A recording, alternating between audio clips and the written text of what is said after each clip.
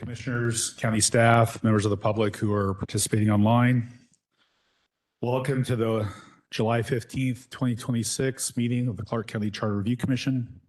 Thank you for being here. Would you please join me in rising for the Pledge of Allegiance?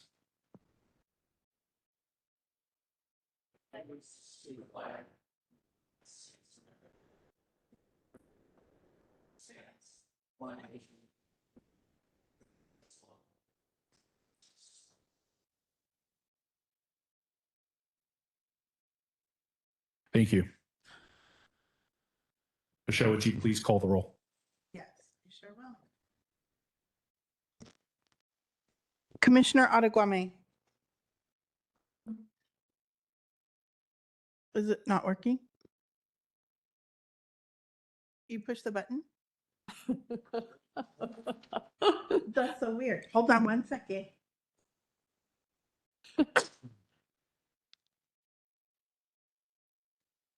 Please try now. Perfect. Commissioner Ottaguame. Present. Commissioner Donnelly. Present. Commissioner LeBrandt. Here. Chair Erickson. Present. Secretary Garber. Here. Commissioner Hamlick. Here. Commissioner Chrisley. Here. Commissioner Landisberg. Here. Commissioner Jay. Present. Commissioner Klein. Here. Commissioner Gasquet. Here. Commissioner Holmgren. Here. Commissioner Benton. Here. Vice Chair House. Here. Commissioner Silliman. Present. 15 present. Thank you. We do have a quorum. And under our current bylaws, it will require 8 affirmative votes to approve motions related to our normal business. We're not taking up any motions on amendments today. We'll next seek for approval of the agenda. There are no proposed revisions from the executive committee. Are there any proposed revisions from the body? Okay, seeing none, is there a motion to approve the agenda? So moved, Commissioner Jay. Second, Klein. It's been moved and seconded to approve the agenda in its current form. Are there any opposed? Seeing none, the agenda is approved. We'll next move to open public comment. Do we have anyone signed up? It looks like we have one caller with their hand raised online. Okay, before we go to that caller, I will make these comments. Clark County Charter Review Commission welcomes and encourages public comment. Public comment provides an opportunity for members of the community to share input with the Charter Review Commission. Comments should focus on issues relevant to the Commission's responsibilities. Each speaker will have up to 3 minutes. The microphone will be automatically turned off once the time limit is reached. The Commission will listen to comments, but will not engage in discussion during public comment period. During public comment period, speakers are asked to keep remarks respectful and focused on Commission business. Remarks concerning private activities or beliefs of others, individual county employees or elected officials, or matters unrelated to the work of the Commission fall outside the purpose of public comment. Disruptive, uncivil, or defamatory conduct is not permitted. Thank you for taking the time to participate in this process. Caller, you've been sent a request to unmute. Please go ahead and do so. State your name for the record and go ahead with your comment. Good evening, Commission. My name is Kimberly Goheen Elbin, and I'm here to ask this commission to take action at the end of my testimony, and it does pertain to your duties. I'm here to report a severe, ongoing violation of public trust and state law by our local administration. In April, June, and July of this year, 2026, I attempted to attend the state-mandated Law and Justice Council meetings. I was repeatedly denied access. In April, the exclusion turned hostile. I was physically removed from the premises and the door was locked behind me. When I confronted County Manager Kathleen Otto in July, she promised to look into my accusations of Open Public Meetings Act violations. The next day, she sent me an email flatly stating that the council is not required to allow public attendance. This assertion assertion is completely false. Under Washington's Open Public Meetings Act, RCW 42.30, the law is absolute. I'll outline exactly what the law dictates regarding this disregard for public attendance. First, under RCW 42.30.060, any action, decision, or resolution passed during an illegally closed meeting is completely null and void. They have no legal standing. Second, under RCW 42.30.120, council members who knowingly attend these secret meetings face personal liability. The law mandates a $500 personal fine for the first violation and a $1,000 fine for subsequent violations. Taxpayers do not pay this. It comes directly out of the officials' pockets. Third, under RCW 42.30.120, parentheses 2, if a citizen takes the county to Superior Court and prevails, the county is legally required to pay all of that citizen's attorney fees and court costs. This blatant exclusion is unacceptable in a representative form of government. When a county manager puts it in writing that transparency is optional, our system is broken. This is precisely where the Charter Review Commission must step in. You have the power to propose home rule charter amendments. I urge you to draft an amendment that creates strict local oversight, mandates immediate transparency for all county level advisory boards, and establishes an independent ethics panel. We must ensure that any administrator who weaponizes locked doors against the public faces immediate termination. I also sent a copy of this letter, which is my speech and comments, to your email and to Michelle. Thank you, and God bless this commission to serve the people, and have a blessed time off. That concludes public comment, Chair. Okay, thank you. Commissioners, we'll move on by seeking approval of our July 8th, 2026 meeting minutes. These are in the binders in front of you, and they are also emailed to you. Move for approval, Commissioner LeBrant. Second, Commissioner Jay. It's been moved and seconded to approve the minutes in their current form. Are any opposed? Seeing none, the minutes are approved. Next, move on to executive committee reports. I'll ask that Vice Chair Haas begin, please. I reached out to the Scrivener today to try and get a final tally of what the bill is going to look like for budgeting for next year, and she has not gotten back to me yet. So I will send an email with what I learned to your email, county emails, so that at least over the break you can mull how you want to spend the money next year.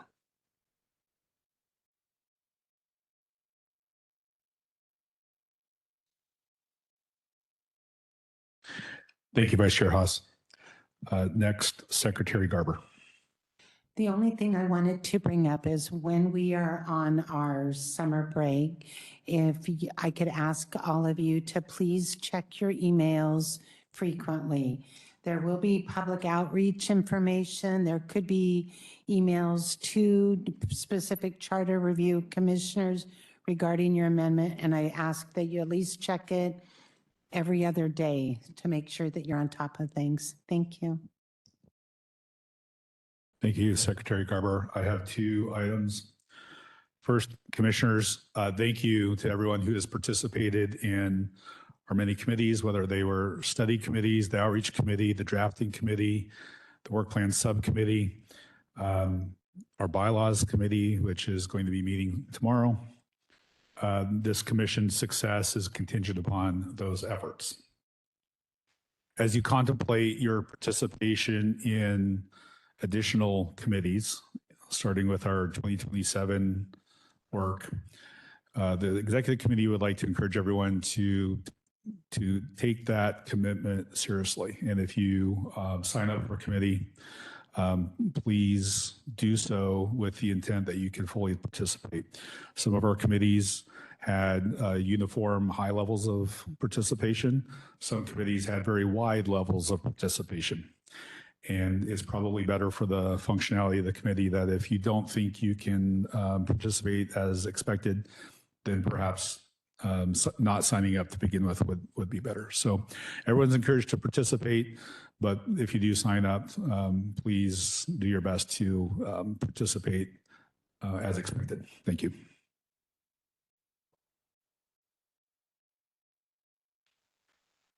With that being said, we will move on to committee reports. And we have only one active committee. We do have the subcommittee, but we'll be discussing that later.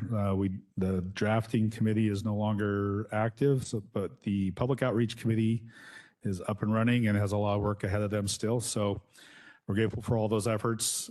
Commissioner Holmgren, turn it to you and you could talk to us about what's coming up, please. Yeah. So we will continue meeting during the recess. Our meetings will be moving to every other week, though. So there will be a slowdown in the activities of the Public Outreach Committee. The two main tasks that we'll be undertaking is the creation of an FAQ document that will be going onto the website to answer questions about each of the proposals that will be going on the ballot. Each of us who are on the Public Outreach Committee have volunteered to write the FAQs for at least two of the proposals.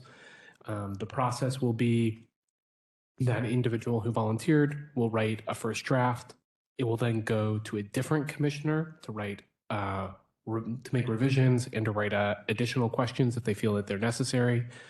At that time, then it will be sent to the sponsors for suggestions and edits, and then it will be considered, then the Public Outreach Committee will review it one last time before handing it over to the county staff to post on the website. So we're hoping that this will allow for as many eyes as possible on each of these, and also allowing for an independent process for writing the FAQ documents that's as neutral as possible. Finally, the other thing that we'll be working on is the town halls for the fall. We've already begun the work of trying to identify locations and dates. I've sent, I think, emails to many of you already asking if you have preferences on locations or dates. We've identified a window of dates, which is between early September and early October. The idea is that that is when people will start paying attention to the election, but before ballots have reached people's mailboxes. We're also hoping to do similar locations to last time, but in some instances that may not be possible. So if you have a location that you'd like to host it at, please let us know. Again, someone from the Public Outreach Committee will be reaching out to you to try to coordinate dates and times during the recess. So try to get back to us quickly so that we can start booking rooms, even though I do believe with the libraries, room booking is impossible until 8 weeks in advance. Thank you. Appreciate your efforts. Are there any questions or comments from the body for the Outreach Committee? Commissioner Jay. Thank you, Chair. I would just like to formalize the process for the FAQs in a motion per what Commissioner Holmgren mentioned. So I move that in order for an FAQ to be published, it first needs to be authored by somebody who is not the lead sponsor of the amendment, then given to somebody else on the drafting committee to review, but ultimately a FAQ cannot be published without sponsors' approval to the website and the drafting committee's final approval. Commissioner Landsberg, are you seeking to second the motion? Wanted to correct it. I don't think you want the draft. Do you really? Oh, sorry, not drafting committee. You're right. Public Outreach Committee. My apologies. Okay. So Commissioner Jay, would you restate your proposed motion, please? Yeah, the motion is to formalize what Commissioner Holmgren said in terms of the process, just so we have it on the books as a formal adopted motion to, in order for an FAQ to come to be, it will be authored by somebody who is not the lead sponsor, then reviewed by somebody else who is not the lead sponsor before final approval is done by the Public Outreach Committee and the lead sponsor or same thing, being the chair of that study committee before being published onto the county website. Commissioner LaBrant? Just a point of clarification, because Commissioner Jay's motion it sounds like it's treating an FAQ for each proposal. My understanding was an FAQ for the charter review process as a whole. No, we're doing one for each proposal. That's Wow, accurate. okay, thank you. So Commissioner, we'll first seek if there's a second for that. Is there a second for that, Commissioner Donnelly? I'll second the motion of Commissioner Jay. Okay. It's been moved and seconded to formalize the FAQ process as outlined by Commissioner Holmgren on behalf of the Outreach Committee, specifically to require that the FAQs be initially authored by someone who other than the amendment sponsor, reviewed by someone other than the amendment sponsor, and that before those FAQs are published to the county website, that consensus is reached between the Outreach Committee and the sponsor as to how those FAQs are worded. Yes, sir. Thank you. Is there any discussion? Commissioner Alarcon? Thank you, Chair. I just want to clarify. I believe it's two separate people, right? So someone who is not the sponsor of the amendment, and then an additional person who is also not the lead sponsor on the amendment, but because of the size of our commission, may be, if I'm understanding correctly, a co-sponsor to that amendment. You want to answer that? I believe your intent, as I understood it at least, was that it would be two different people, neither of whom are the sponsor of the amendment. I think that sounds reasonable if they're not also a co-sponsor, though it might be difficult, but I think if possible for that part, makes sense to me. So the intent is that one of those two people could be a co-sponsor? Yeah, I mean, for feasibility, some of these amendments have a lot of co-sponsors, so. Okay, and so that would be captured by simply saying that neither of them are the sponsor. Yeah. Okay, are there any other questions or comments? I do have Commissioner Holmgren? Yeah, thank you. I do have one comment, which is that we are hoping to do this by the end of August. So if you are a primary sponsor, please just make sure that you're responsive to messages from the Public Outreach Committee. Unless we want to make an amendment to this, which is that after 3 attempts at contacting a primary sponsor, if they don't get back to us, the Public Outreach Committee can approve the FAQ without them. I don't think that's going to happen. I think the people who are the primary sponsors probably want to have their say on this, but I do just worry that if someone's gone or busy campaigning for something else, that we are delayed on publishing the FAQs due to lack of response. Well, I'll speak for myself. I think that is a reasonable revision. You know, the FAQs should be published, and involvement of the sponsor at some point is appropriate, but that shouldn't come at the expense of preventing the Public Outreach Committee from doing their work. I think the intent is everyone's working in good faith effort, but at some point the work does need to move forward. So if you want to let that be an understanding, great. If you would like to make a motion to have the main motion amended, we could also entertain that. Sure. So I don't know if this is amenable to you as a friendly amendment, but that the Public Outreach Committee shall make every effort to get the primary sponsor to provide feedback before the deadline for publishing on the website. Let's make that a friendly amendment.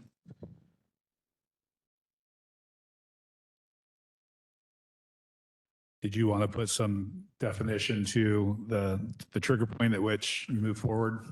I think we're just going to say we're going to move forward. Let's say September 1st is the deadline for publishing the FAQs.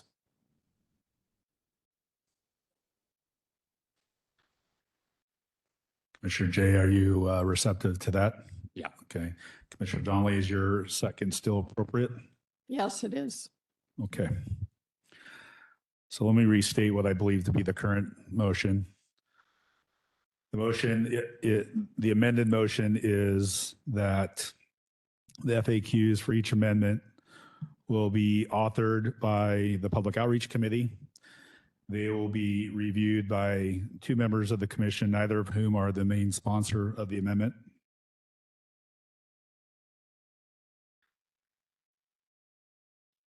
And that the Public Outreach Committee and the sponsor will work in good faith to come to agreement on the wording of the FAQs, that the sponsor does have the ability to make requests and revisions on those FAQs. But the FAQs will be published to the county website no later than September 1st. Did I capture that correctly, Commissioner Jay? Okay. Commissioners, is there any further discussion? Okay.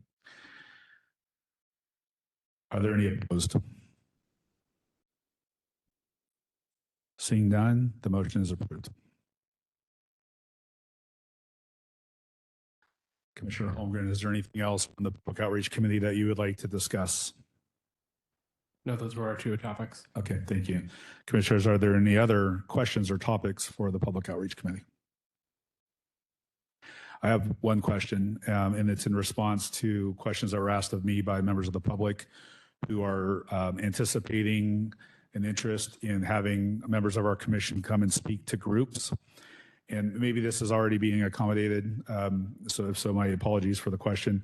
But will we have the ability on our website for members of the public or groups to make requests for specific members of the commission to speak? Yes. The expectation is that they can indicate in the form if there is a specific member of the commission they would like to have come and speak to their group. Okay, so it's a field that they would need to type in the name of the commissioner, and that there's instructions that make it clear that that's how they would go about making that, identifying that specific interest. Yes, I believe that is correct. Okay, would it be possible to get like a pull down menu? Oh, with the names rather than a type in? Yes. I can ask the county staff. All right, thank you. Okay, Commissioner Landsberg, please.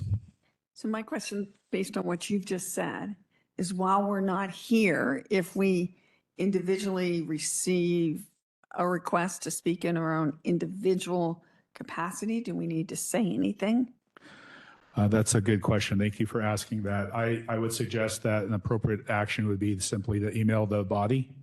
Make sure that no one replies all. You can put that instructions in the subject line if you want, but you could let the body know of those speaking engagements. Certainly, if you are speaking in response to a formal request that's come through the website, that wouldn't be necessary because the county will be publicizing that anyways.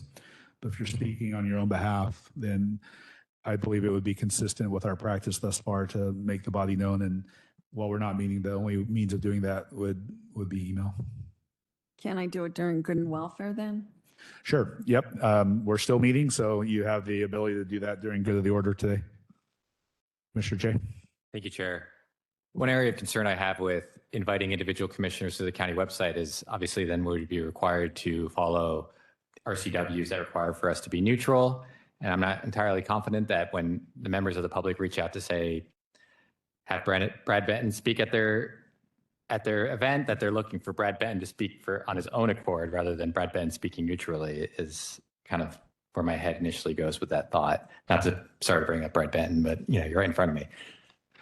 Well, if I understood your question, so requests for speakers coming through the website are going to inherently be requests to speak formally, and you'll be speaking in a neutral manner using the speaking guidelines that the Public Outreach Committee has developed. So any request that comes through the website, whether it's a specific member of the commission is identified or not, if you end up speaking in response to that request, then that's the expectation. The only deviation from that would be if you are speaking on your own accord as Commissioner Landsberg brought up. Got it. Would we be able to clarify that on the forum that that's what they're requesting? Probably Commissioner Holmgren. Yeah, we could probably add some language at the top that says this is a request for a formal speaking speaker from the commission that would be representing the commission as a whole. Or something along And those lines. we clarify what that means, that the commissioners won't be expressing personal opinions about the amendments. Sure. Okay, and if somehow that's not what they're expecting, then direct them to contact commissioners individually. Commissioner Donnelly, please. Yes. Could you remind us of the date when the PA's office is going to give us the little class on electioneering? Because wouldn't that be pertinent to what we're currently talking about? Yes, thank you. That will be taking place a week from today on July 22nd live, and it will be recorded for those who can't participate then and want to watch it later at 2 p.m.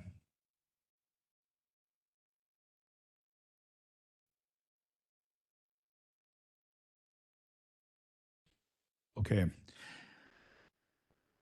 Anything else related to the Public Outreach Committee? Okay, great. We will move on then. Next agenda item is comments by county staff. We'll first begin with Michelle. I don't have anything other than to say to remember to, like Counselor Garber already said, look at your county emails. Your Outlook calendar already has the WebEx information. You've already been sent the invite for next week's electioneering meeting. The press release has already gone out.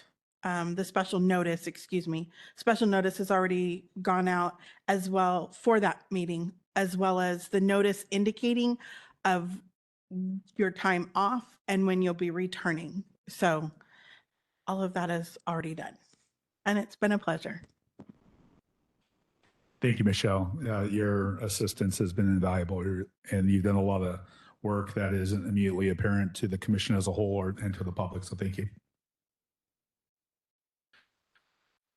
I see Kathleen is online. Kathleen, is there anything that you'd like to share with us?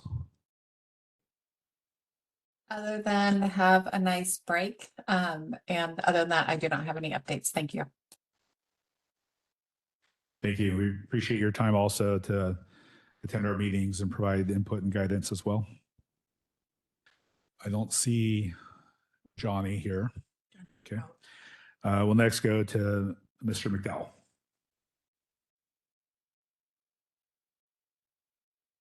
Yes, I would just like to express my sadness at the fact that there will be a fairly lengthy pause before we're again conducting charter review business. But other than that, it's been a great 2026 and look forward to coming back in the fall. Thank you, Mr. McDowell. We've greatly appreciated the guidance and input that have been provided by you and Ms. Jolma, making sure that we do things in a legally appropriate manner and answering our questions. We really appreciate that. Thank you. Okay, commissioners, we will move on to old business, which is the reconsideration of our work plan and all of the many documents that are referenced within the work plan. The work plan subcommittee has done a lot of great work, in my opinion. They have met 3 times, and the most recent meeting lasted 3 hours. So there's been many hours put into the proposed revisions that will be before us. We'll be going over the work plan itself, the key dates for 2026 and 27, the intake form, the amendment proposal form, the study committee protocols, and the resolution and ballot language packet, all of which are tied to the work plan. And because there are multiple documents there and there are many members of the Public Outreach Committee who participate in this, we've the Work Plan Subcommittee. Thank you, Commissioner Garber. We have assigned discussion of these matters to the various members of the Work Plan Subcommittee. What we'll be doing is we'll be walking through the current version, also discussing what changes were made to reach the current version. Along the way, questions and discussion are appropriate. Ultimately, we will be asking if the body is ready to make a motion to approve these documents. So first, we'll go over the work plan itself, from which these other documents are referenced. And Secretary Garber will guide us in that discussion first. Thank you. Michelle, are we able to bring up the red line so people can see what we had before and what we're proposing? Yes. Thank you. Okay, so on our charter work plan, as Michelle's finding that to bring up at the top, we have removed where it said revised May, and it will say July 15, 2026. I believe that's the only location where a date is. Step 1 has no changes on it. We felt that there was nothing needed, but step 2, we removed the submission deadlines because we wanted to make this a document that was not dated in any way. And we will also be providing a hyperlink to the intake form at this location. It will be on our website, but it'll be a way that you can grab the intake form and fill it out. Those were the only changes for step 2. On step 3, we removed the language regarding the decision point, and we removed the date that it needed to be completed by. And then our first line will say intake forms are read into the record at a regular meeting by the chair. So we wanted to be more specific about that. The next one, 5 minutes of clarifying questions allowed, no advocacy or debate. It used to talk about a 5-minute presentation, but really on the first reading, it's not a presentation. So we removed that language. And then we removed the third bullet because we combined it with the second. And then the new third bullet will show that we will be soliciting co-sponsorship at a regular meeting, where when we did it at the beginning of last time, we solicited it before a regular meeting. We realized we needed to do that at a regular meeting. And then at the bottom of step 3, we're leaving the bottom 3 bullets that were already there. Encourage consolidation. Sponsor may consider deferment to next year's ballot. That might be something that we might need to review when we talk about 2028. And then 5 affirmative votes are required to advance it to the second reading. And then we remove the language at the bottom where it says vote fails, reconsider for 2027. So in step 4, we removed the dates again and that decision point language. On the third bullet, it is now going to read 15-minute deliberation per amendment, inclusive of a presentation by sponsor and/or a co-sponsor. We took out the 3 to 5 minute presentation because it's just a total of 15 minutes, and how you use your 15 minutes is up to you with the question. So it might be a 7-minute presentation, but you still only have 15 minutes. The fourth bullet got changed to basically say presentation materials for second reading must be submitted to county staff on agreed upon schedule, which is typically 2 days prior to the presentation. The next bullet remains the same, full commission debate and deliberation. The next bullet is where we did our language change that was discussed last meeting or the meeting before, where it will now say a majority of commissioners present and voting on the second reading is required to advance to study committee. And then we left the final bullet about the study committee panel is formed upon passage. We had talked about a step in there about an interim presentation. We have moved that to the study committee protocol, so we pulled that entirely out. And so step 5 stayed step 5. and that is the study committee. We will have 3 hyperlinks there: the study committee protocols, the amendment proposal, and the resolution packet. The amendment proposal used to be called the proposed amendment policy detail, and we shortened it. We tried to make things just a little more plain language, so it's now called the amendment proposal.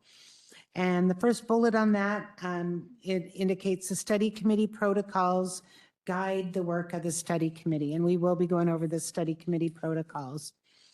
And the next 2 bullets remain the same, but we have removed 3 bullets. Once commission approved the committee charge and scope, committees operate within the approved scope and work plan, and the amendment proposal study committee protocol document is incorporated into the work plan because it indicates it somewhere else.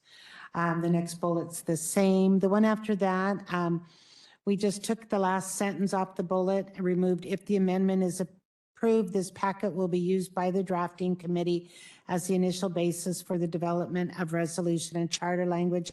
It's now in the study committee protocols. Next bullet stayed the same. The bullet regarding the presentation format, we left it more open. You get 30 minutes total, how you choose to use it, whether it's a 5 or 10-minute presentation, how much for Q&A, but you get a total of 30 minutes. And the next bullet is another change in the language requiring that a majority of commissioners present and voting on the study committee presentation is required to advance to the drafting committee.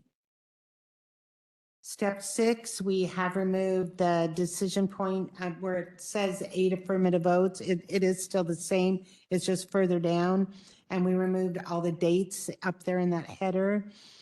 The first bullet, we changed it to say commission forms 1 drafting committee to review all approved resolution packets. And then the next 2 bullets, drafting committee may begin work as amendments become eligible and proposals converted into ballot ready language. Those have been removed because they are cited elsewhere.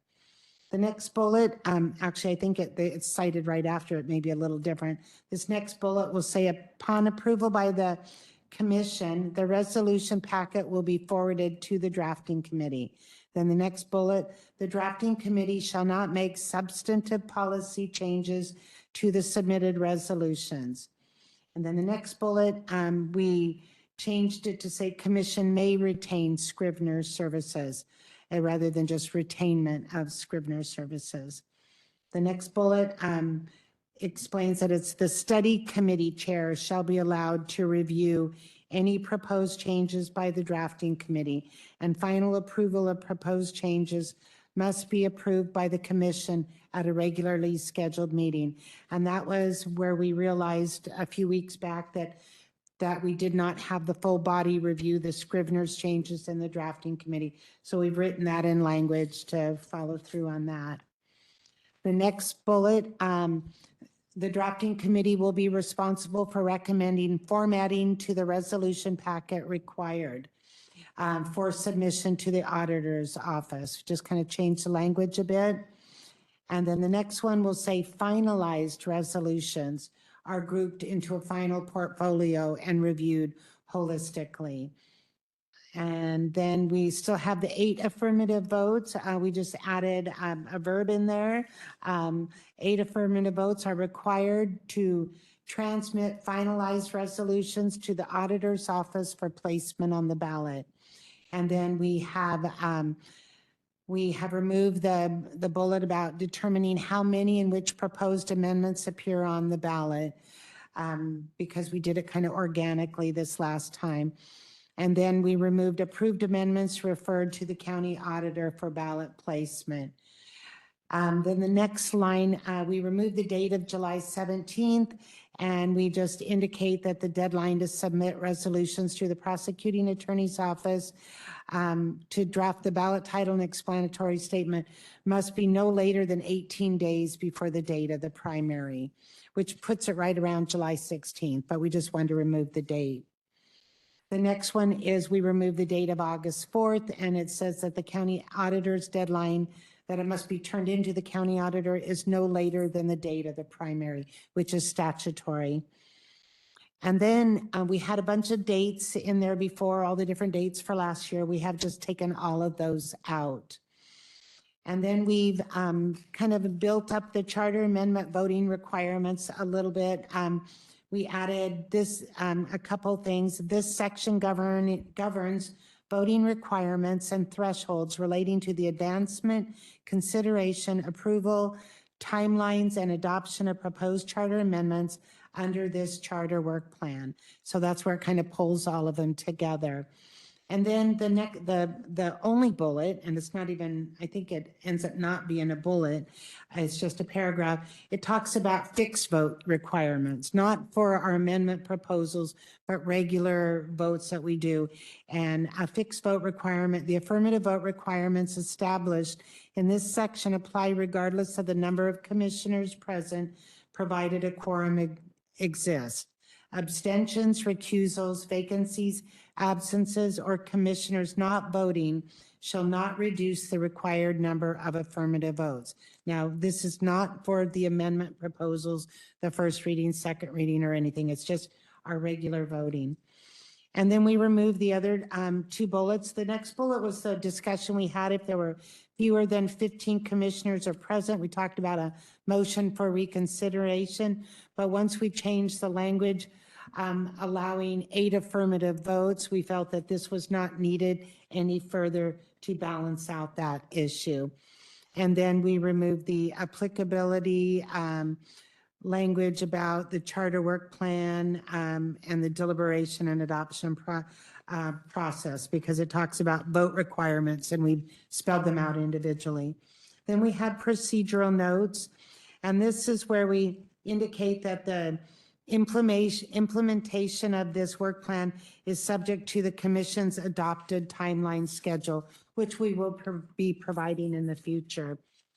And then our next bullet is proposed amendments that failed to advance, were withdrawn, or deferred in the first year of the commission's term are eligible for reintroduction at step 1 of the following year.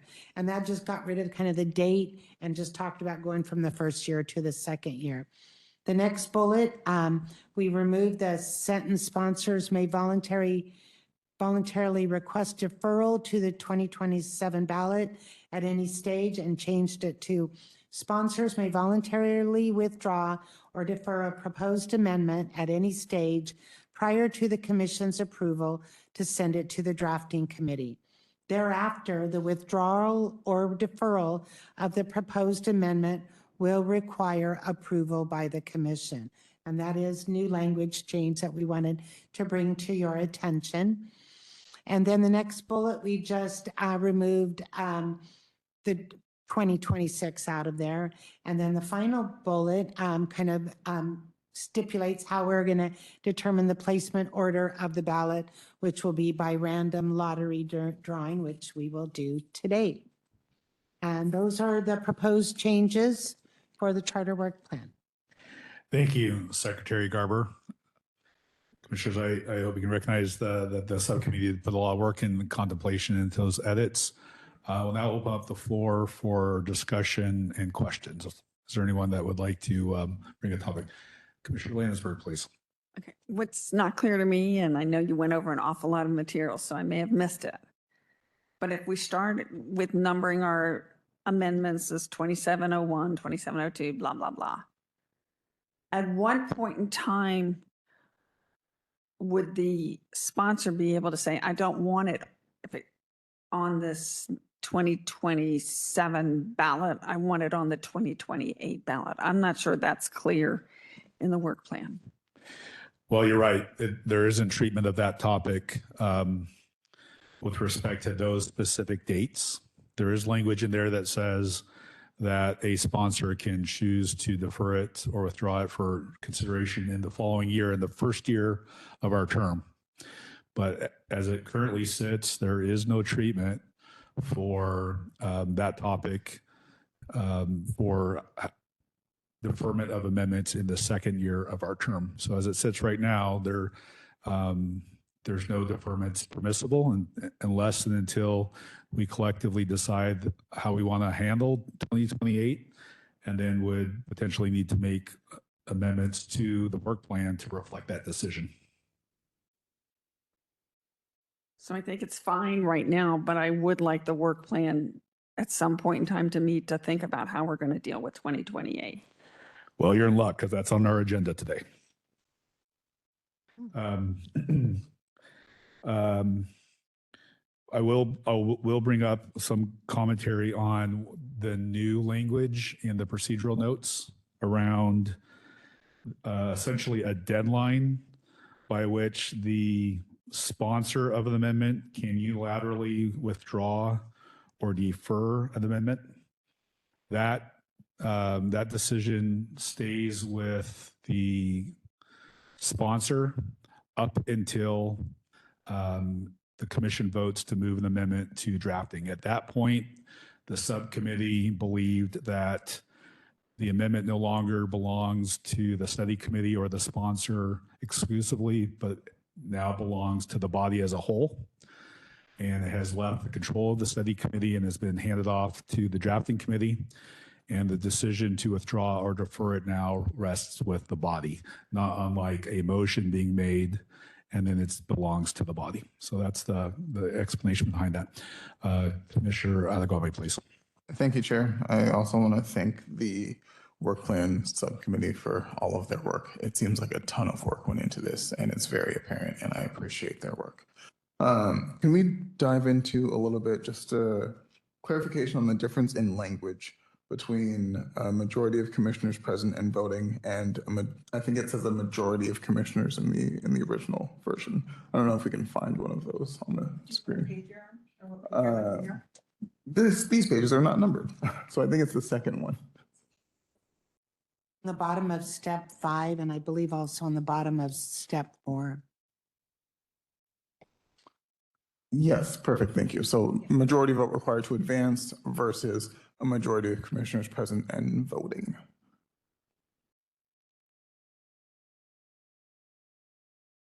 At the bottom of step 5. The bottom of step 5. No, oh, you're not looking at the here. I believe the, This language. I'll ask the other members of the work plan subcommittee to chime in, but I believe the intent was that except for the first reading, which is a fixed 5-vote threshold, and then the final vote to send an amendment to the auditor, all other votes would require a majority of those present and voting. And so any inconsistencies in that language, it's a point well taken and should be remedied and have that made consistent. But that is the intent. So if I'm understanding correctly, this is kind of just like cleanup of the language to align with what our actual practice is. It doesn't change the threshold we were aiming for when we originally wrote the work plan, which was a majority vote, or can we just? Well, it is a change because of how our bylaws read. Our bylaws read it's the majority of those present, and the key phrase is present and voting. So those who choose to abstain, for example, would change what the necessary threshold is, because if you're present but not voting, then you aren't counted in what constitutes a majority. Whereas without that language, we've been operating as we've been operating, and as our bylaws currently read, that if you're present but abstain, your presence is counted towards what is the majority. Thank you. I think that's really important that we clarify that for the record. Appreciate it. Commissioner LeBrand, please. And to kind of piggyback on that, the part of the intent of spelling it out like that is to remove the requirement to incorporate the work plan into the bylaws so that we have a little bit more flexibility with making adjustments or changes to the work plan on the fly. We don't have to reach that threshold of addressing the bylaws. So, Commissioner Sumlin. I think it's been addressed. Thank you, Chair. Commissioner Holmgren, please. Yes, I have two questions. One, on the change to the presentations, was there a discussion had about I guess I would be a little concerned that changing the presentation formats gives a lot of authority to the sponsor to dictate the terms of debate and discussion regarding their proposals without the body necessarily being able to have a full debate and discussion, because in theory, at least, a sponsor could speak for the full 30 minutes under this definition without a Q&A being required. And so I just was wondering the reasoning behind that change, other than just having less rigid rules in the work plan. Well, that is a good question.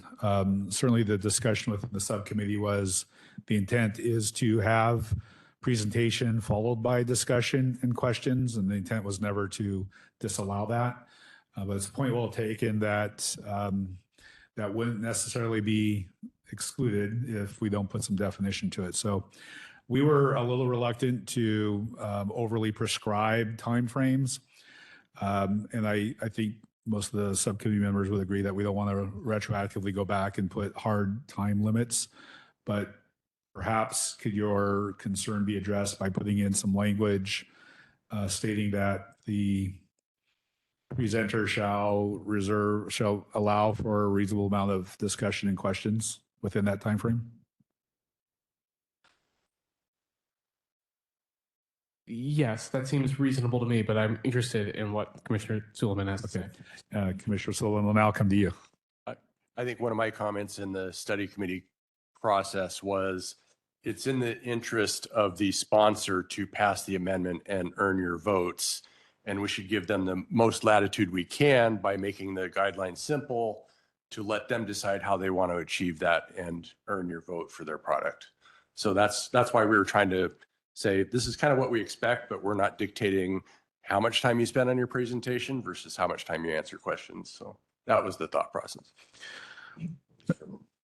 Michelle, would you be able to pull up the finalized or the currently finalized version of the work plan without the red line shown, and maybe scroll to step 5, please?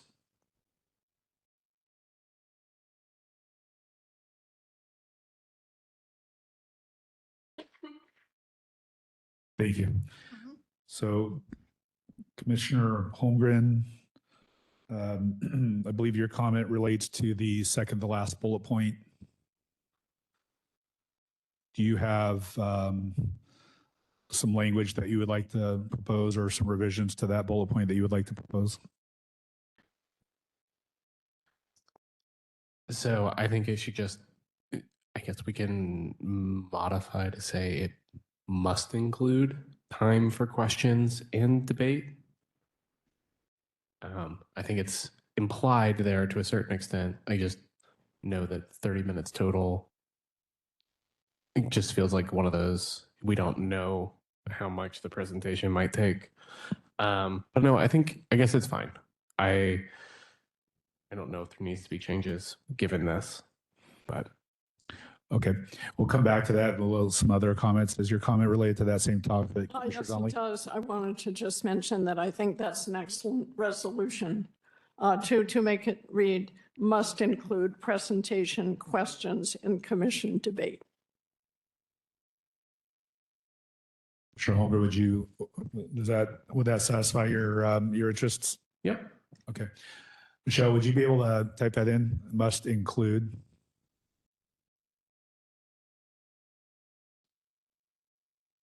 Is that where we're looking at putting it? Yep. I think we're also missing a period at the end.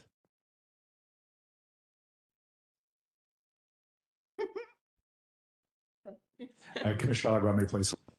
Thank you, Chair. I do think there's something missing there about it being sufficient time for questions and commission debate.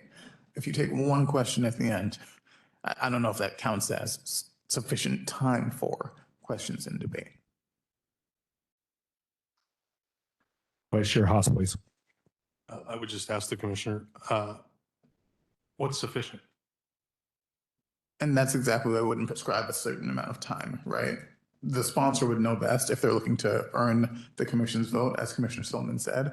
What is sufficient time based on the tenor of the conversation in the room, how you're seeing people react to your presentation? Sufficient should be a little flexible to give the sponsor that leeway, but I think it's important that we say there should be sufficient time for those questions and But debate. I still don't know what sufficient is. I mean, if we're doing a very easy amendment, you could have a 5-minute presentation and 2-minute back and forth and we'd be all done. But if it gets very, very in-depth, such as one I believe Ms. Donnelly's going to bring, then by the time she goes through it, it could be 27 minutes and we have 3 minutes left, and that's not sufficient. I'm just saying that if we put sufficient, that's very subjective to what I think is enough and what, as opposed to maybe what Commissioner Jay thinks is enough. So I just think it's too flexible, maybe. Is there perhaps a term you might prefer?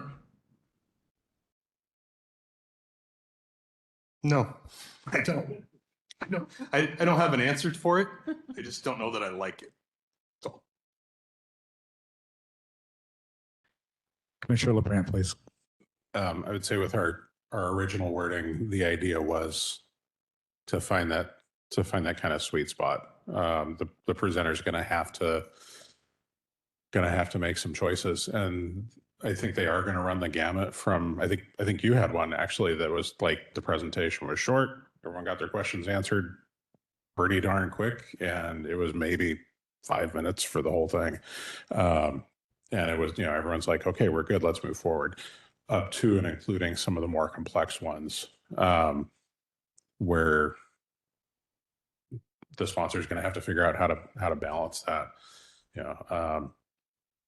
10, 15 minutes for presentation, or summarize it and say, read your packet ahead of time, or however they want to do that. So, but that was the compromise. So.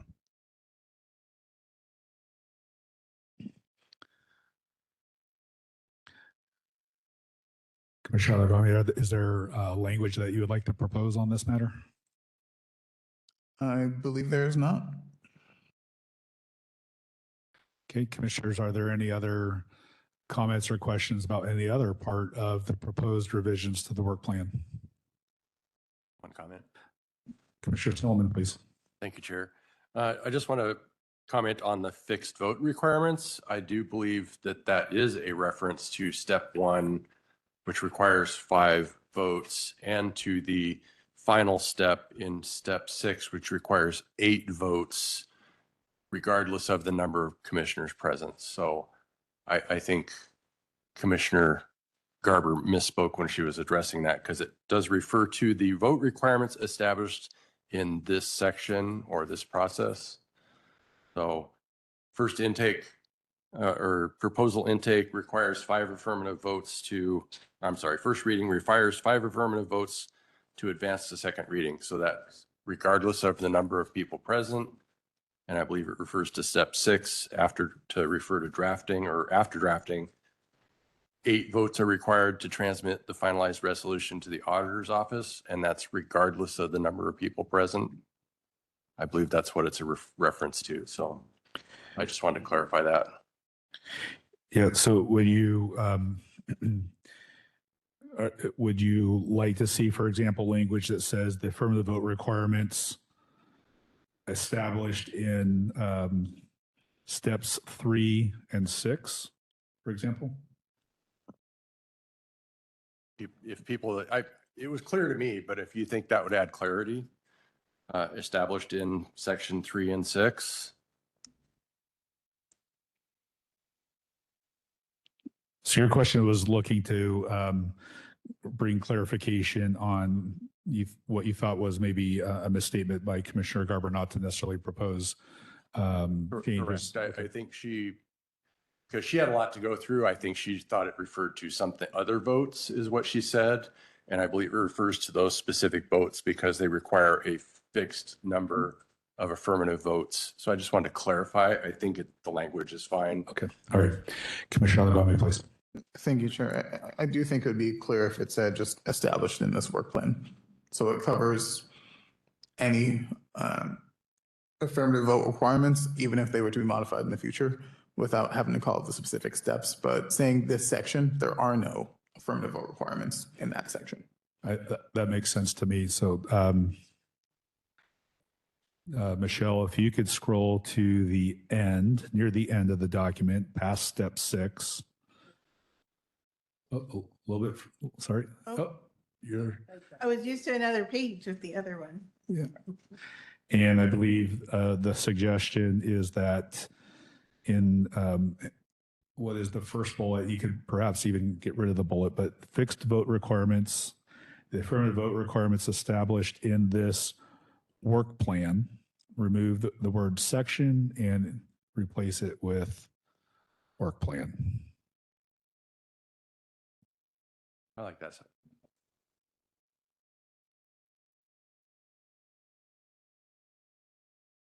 Is that what we're looking at? Okay, And the bullet. done. Michelle, if we could add, I'm gonna add a period. I was going to say for the second and third bullets under procedural notes. These? Yeah, those need periods. Oh, yep. Thank you, Commissioner LeBrandt.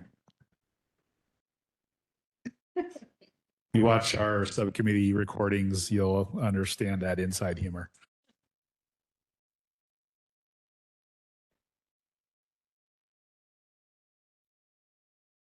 Okay, commissioners, are there any other discussion topics, questions, concerns, or comments regarding the work plan? Okay.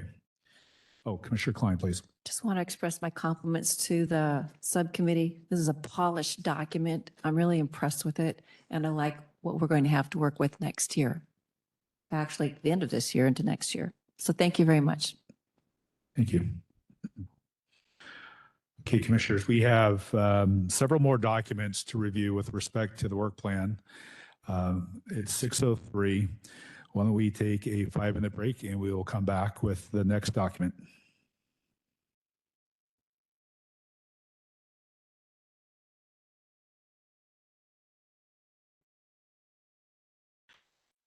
The Charter Commissioner Chair has asked me to announce that they're going to continue their break for an additional 3 minutes, which then will put us at 6:14. Thank you.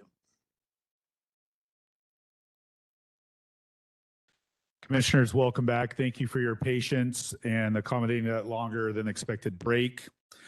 One point of clarification. We have multiple documents to review with respect to the work plan.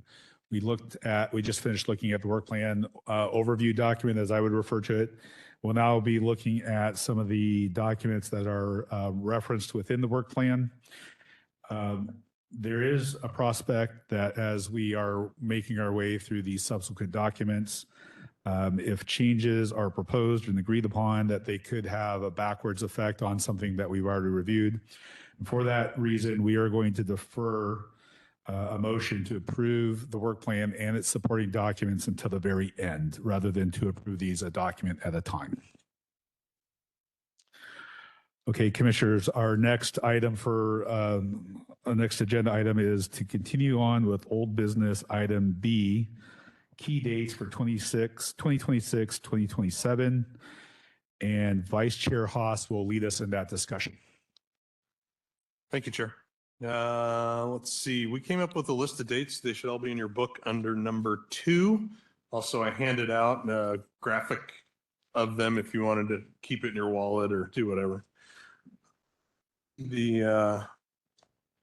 Obviously today's the July 15th meeting. We're going to set up the pro and con committees. We hope going through the work plan vote and bylaw discussions today. July 22nd, we don't have anything all the way up through or up till, I guess, September 30th, which we will reconvene then. We will be reconvening at 2-hour meetings to start with. And it looks like most of the months it's every other week to start with. On the 30th, we'll go back over the work plan and bylaws, get the final vote going. We don't have an agenda for the next few meetings, obviously, yet. That will be worked on starting on the 30th. November 10th, to let you know, that's actually a Tuesday because Veterans Day is on the Wednesday. So we're having it the day before. And there is only one meeting in November to help accommodate the Thanksgiving time. December has 2 meetings, the 2nd and the 16th. And then we'll be off again until July, yeah, wishful thinking. Until January 6th, when we'll begin our weekly meetings again, starting at 2-hour time periods. 2 other dates that are on there, July 16th, submit the resolutions to the attorneys, ballot title and explanatory statement. I can't believe I got that out right. And then August 3rd is our deadline to get the ballot amendments to the county auditor. This next section just shows the dates that we're not meeting. And the 2 dates at the bottom are the ones that were not normally on Wednesdays. And it was Veterans Day and Passover, I believe. So I have them open for questions, Mr. Ottagwame. Thank you. I just wanted to point out, it seems to me we do have a meeting on July 22nd. Is that not correct? It's not a regular meeting, and it's not a meeting where we'll be conducting any business. It's a special meeting for training. So this is the meeting schedule for our regular business meetings and meetings where we could take actions. Okay, so I think either clarifying that this is the meeting schedule for just our regular business meetings might be a thing to do for this document if we're intended to refer to it, or just calling that out as a meeting that is happening, although it is not a business meeting. But saying no meetings and including July 22nd makes it seem like to the occasional observer we would not be meeting at all. Okay. Point well taken. So Michelle, could you please pull up the finalized version of the schedule? Yes, I can. Say that.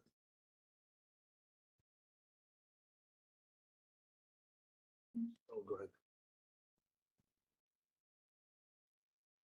Okay, so if you could, I think to incorporate Commissioner Gome's comments, July 22nd would actually be identified as a special training meeting. We'll start there with that change. Yeah. Special training meeting on electioneering.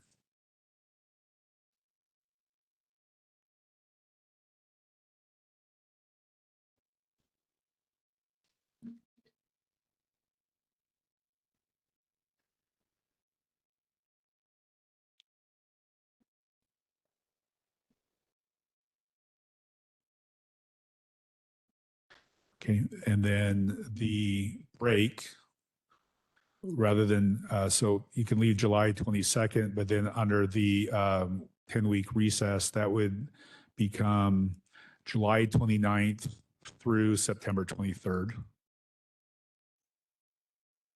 Right now, the July 22nd dash, that dash could be removed because it is now with respect to that specific event. And then the line below, I believe, would be revised to say, in front of September 23rd, it would say July 29th through September 23rd. July 29th. July 29th, because that would be the first Wednesday that when we no longer have any meetings. May I ask a clarifying question? Please do. Thank you. Per the notice that we sent out, the notice states that you're beginning your break period from July 22nd, because that is the day that you start not having regular scheduled meetings. This is a special meeting, so therefore it is, it's online only. The public can join in and watch if they wanted to, but there will be no discussion of charter review business being done. So your break is actually from the 22nd and you return on the 30th. Thank you. Secretary Garber, please. What if we had the heading changed and not what you just changed, and maybe it could say Charter Review Commission Meeting Key Dates? Maybe that would be a big enough difference. So it would show Here. that it was actual up at the very top. Would that solve it? Up at the top where it says key dates, right above key dates, it could say Charter Review Commission Meeting. Because July 22nd is not really a Charter Review Commission meeting. It's not. It's a training.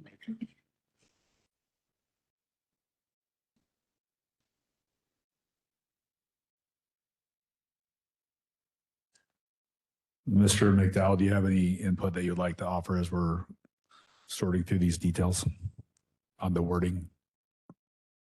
Regarding the break period? So the charter, the clarification as to how July 22nd would be represented, and then the technicality of what dates define the break. And to Michelle's point, she's suggesting that in fact, the July 22nd would be the beginning of the break from regular meetings, because July 22nd is not a regular meeting.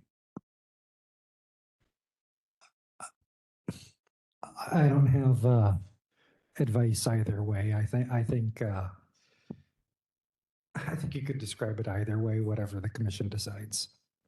Okay. So Michelle, if you could, why don't we call it Charter Review Commission regular meetings?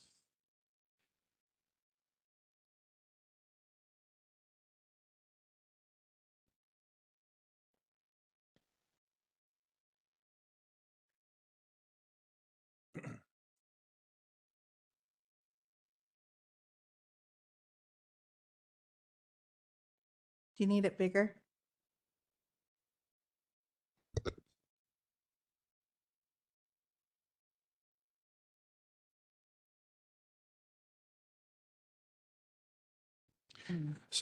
So with the header added that that this is with respect to our regular meeting, it probably, and Mr. McDowell, you could tell us if we're seeing this correctly. We could identify July 22nd as a special meeting and also identify the break as concurrently beginning July 22nd, because the July 22nd meeting is not a regular meeting. Well, you could also say the break begins effective July 23rd. You know, Does the nature of the meeting on the 22nd not have any influence on that? Because as you know, the 22nd is a training meeting. It's a special meeting. There, no action, no public comment. the way that's so weird. The way it's written right now, I think is fine, because the title is referring to regular meetings. You've specifically identified the 22nd as a special meeting, the 10-week recess. And I think as long as it's clear to the public when the commission is conducting business and when it's not, which it appears clear to me based upon the way Ms. Fenning has prepared this document thus far. I think it's clear enough to the public what we call it, or the minutia. I honestly, I think we're getting a little into the weeds on that.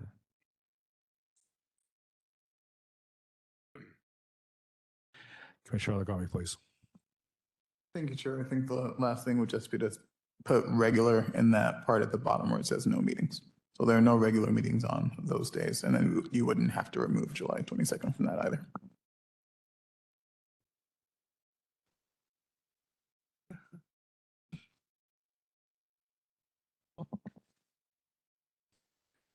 Just down at the bottom in the second part where it has the no meetings list. Here. Right, just putting no. Here.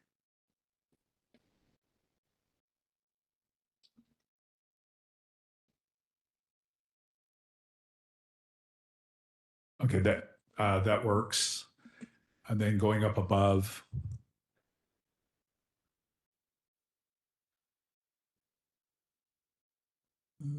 it feels like that September 23rd needs, Yeah, some work. So we've got July 22nd called out for the special meeting. And if I'm understanding Commissioner Erickson, we should also add a July 22nd in front of the September 23rd. Correct. For delineating that 10-week recess. Right. So following that line of thought, Michelle, there would be on the line that currently simply says September 23rd, you would add in front of that again, July 22nd through September 23rd. Commissioner LeBrand, is that the intent that you of your comment? Yes. So July 22nd, in terms of what we've noticed with the public and so forth, we actually have two things happening. We have the beginning of our 10-week recess and also that online only training meeting.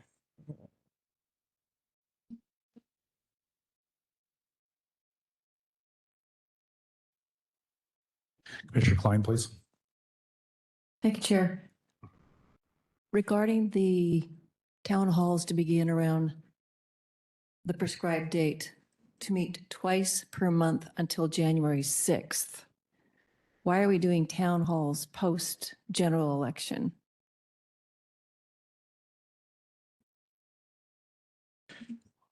I think the formatting makes that read a little differently, the intent.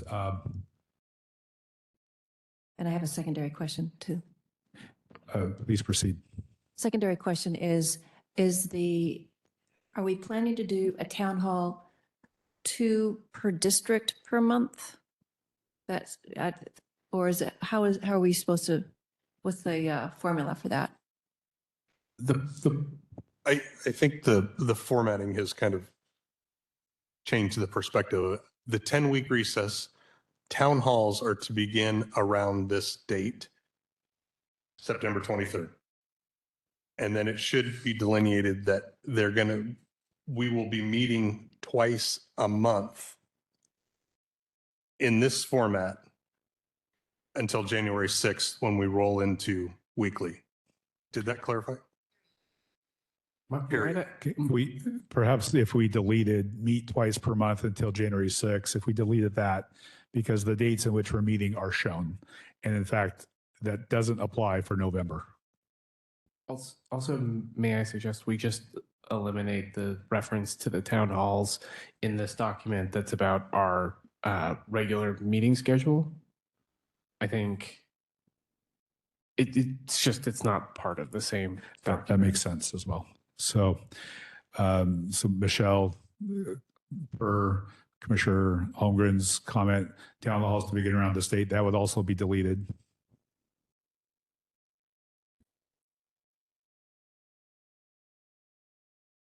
Thank you. I'm not confused anymore. Okay, thank you, commissioners. Thank you, Michelle. Thank you, Mr. McDowell, for your input as well. Are there any other comments, suggestions, concerns, or questions? Mr. McDowell, please. So there's no meeting happening on the 23rd, correct? On September 23rd? Yeah. No. Correct. So the way the recess is identified here, it's possibly a little bit confusing because we've got a special meeting on the 22nd. There's nothing happening. I mean, like, for example, if we were to say, we've got a special meeting on the 22nd, the recess is from the 23rd through the 29th, nothing happening between the 23rd and the 29th. It's clear there's something happening on the 22nd, and then we come back 30th, or you could do the 22nd through the 30th. But I think here, you know, it's not really consistent because it's like there's an assumption that the reader is going to know this is done Wednesday by Wednesday by Wednesday by Wednesday. And so you put the 23rd there because it's a Wednesday to show we're in recess and we're not meeting there. But I also think I don't know, that probably doesn't make sense.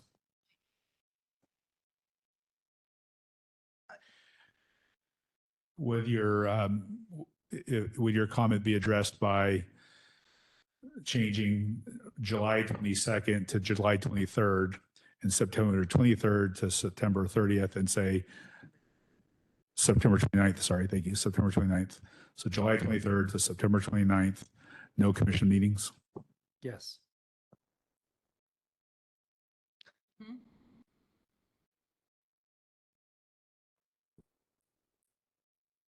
So we're changing, are we just changing the September 23rd to September 29th? Because there is no meeting on July 22nd. And this is now under regular scheduled meetings. So we've changed the header. Yes, although I'll defer to Mr. McDowell that the document identifies the 22nd as a special meeting.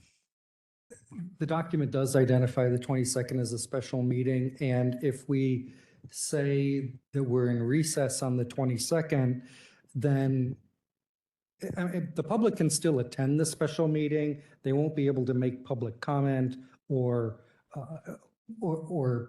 participate in that way. But if we say that there's a recess, it kind of implies that there's nothing happening on the 22nd, which is not correct. Okay. Michelle? Okay.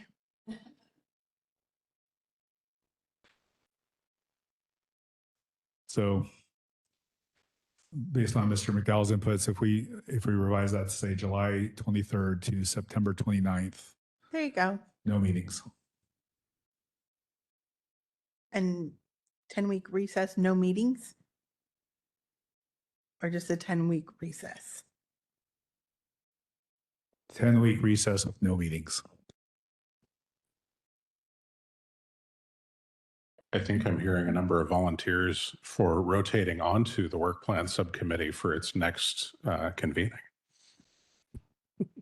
I'll second that. The work plan subcommittee, the fun that's had in those meetings is underrated. So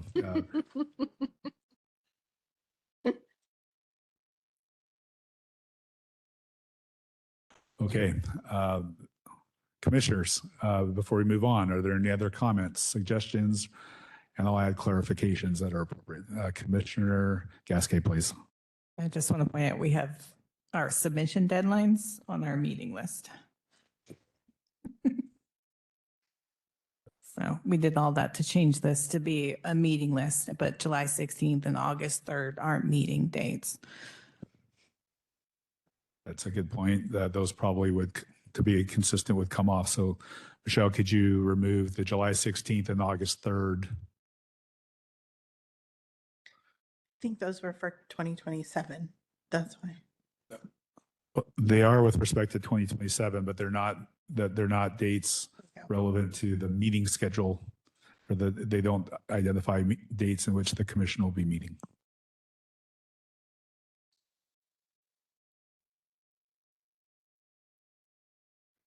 Okay, thank you, Commissioner Gasquet. Commissioners, anything else? Okay, I know that this is maybe not the most exciting work, but it's also important work. So we'll move on to our next agenda items. Item C, intake form, and item D, amendment proposal form. And Commissioner Silliman is going to narrate both of those for us. So Commissioner Silliman, if you'd like to handle both of those topics, please. Yes, sir. One One at a time, and everybody's going to be easier on me than we were on that last form.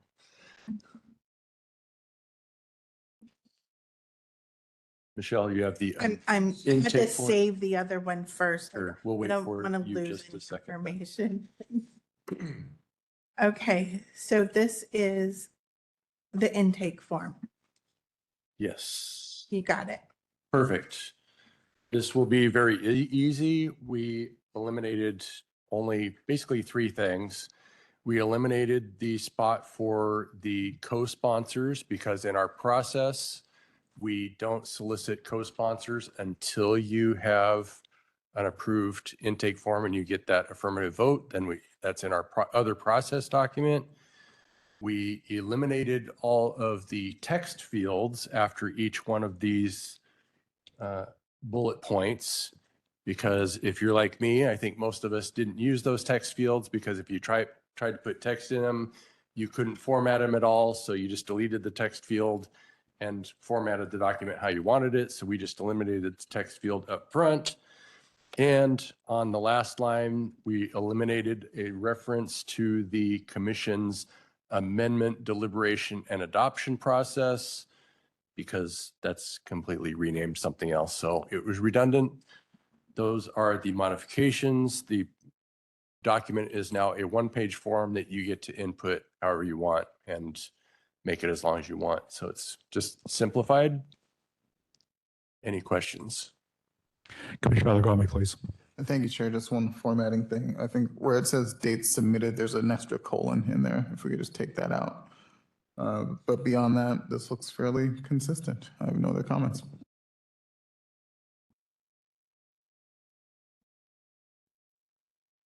Done.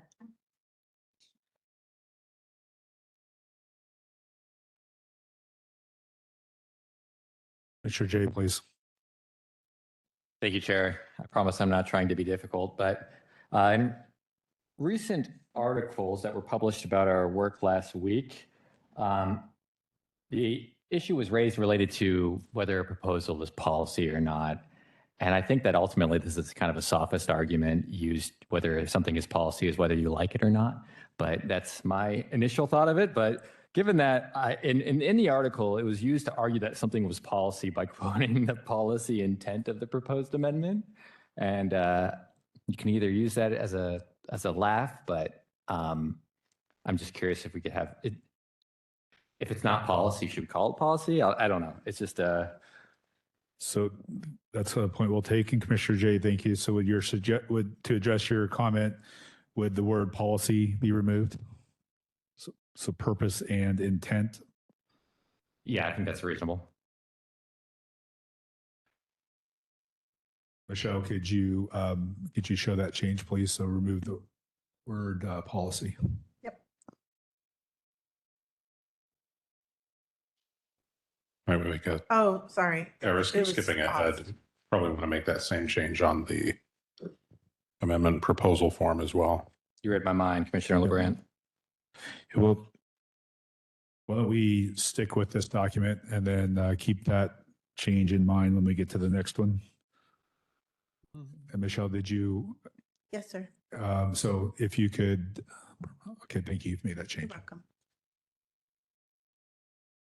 Are there any other questions or comments regarding this particular document? Mr. McDowell, please. Under the section that is titled Acknowledgement, I'm not sure what subject to the commission means. It's supposed to say subject to the commission's work plan.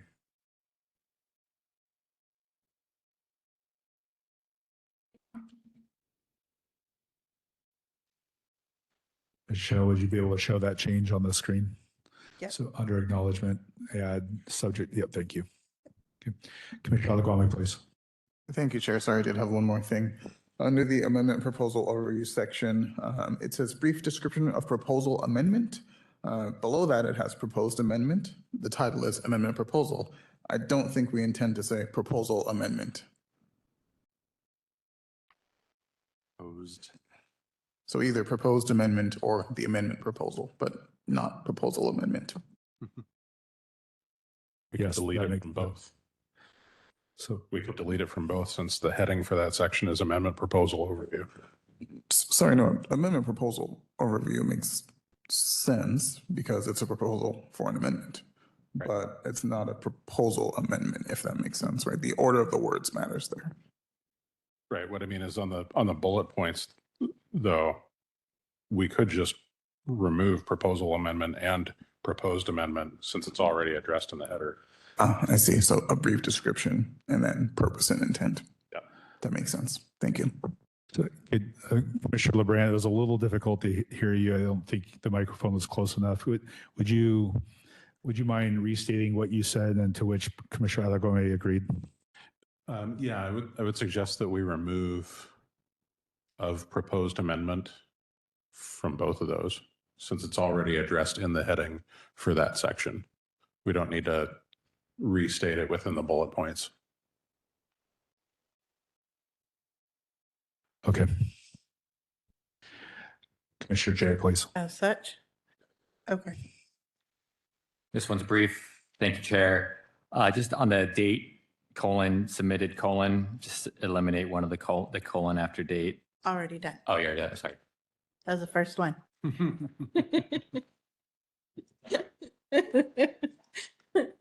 Thank you for paying attention to those kinds of details, though. We appreciate that. You have just demonstrated your aptitude for being on the work plan subcommittee. You will save Chair Erickson a lot of sleep.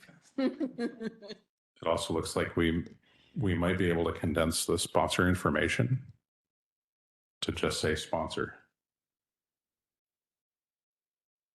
So then is there even a reason for the bullet point and maybe just sponsor colon? Just call it sponsor.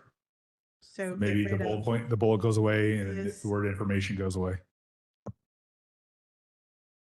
How's that? Yeah.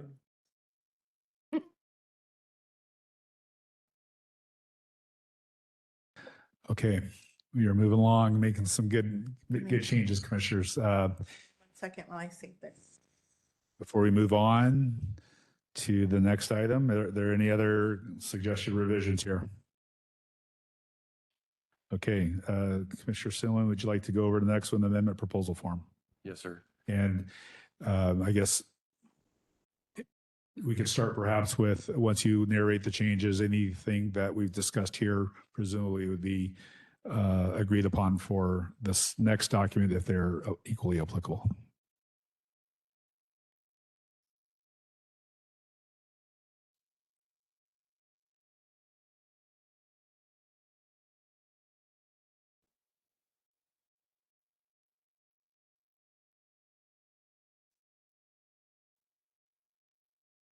Okay.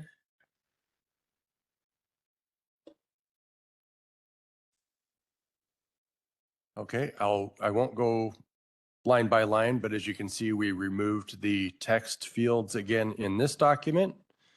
We changed at the top, this is the amendment proposal document, not the amendment proposal detailed policy form anymore. This is the changed one. So you have the final version in your packet. We changed the sponsor information and co-sponsor to label the committee information and chair and committee members. Working our way down, we went to summarized the bullets. We removed a lot of information that was duplicative. So we have detailed description, policy and purpose, or purpose and policy intent. Maybe we want to edit that again. Is that one we wanted to talk about? Applicable RCWs, WACs, and county codes to which this proposal pertains. So we removed some extra language in that section. We removed list of and just show impacted departments, boards, and commissions consulted. Benefits and trade-offs is a summary of what we had before. Charter article sections affected and proposed text amendments was a modification. We removed, has the County Financial Service Office been asked for a review of this proposal? Because that's in another one of our process documents. And we removed other language around the charter article sections that was a reference to the prosecuting attorney's office because that's in our other process document. And at the end, I think we need to update that the same to say work plan as we It did does. in our previous one. And I think that's the summary of the changes. Just like the previous document, we were looking to streamline it and get rid of extra words. Kind of reminds me of being on Twitter, so, or X now. Hope that's a good explanation. Commissioner Donnelly, please. Yes, thank you, Chair. My question is, did we intend intentionally to sort of get rid of the whole idea of co-sponsor and replace it with committee member? Because now I don't think there is a reference to co-sponsor anywhere. So that's okay with me if that's what we meant to do. But There is a is that reference. what we intended? So on the intake form, we did retain a field to identify co-sponsors. And at this point, we are talking about the members of a committee. And as we saw in our last deliberations, that may or may not include all the initial co-sponsors. So if I believe the answer to your question is that this is intentional, and the prior document that we just looked at retained sponsors. Did it not? Did we, on No, sir. the intake? No, Chair. On the intake form? Actually, the intake form, we actually removed co-sponsors because they are solicited after the initial presentation. So we don't have a reference to them. We could make this a / co-sponsors committee members to retain that. Thank you for the question, Commissioner Donnelly. For the members of the work plan subcommittee, in our discussions, I think we clarified that it would be they would be identified in our open meeting, but we still wanted to identify them on the form. They would just be added later.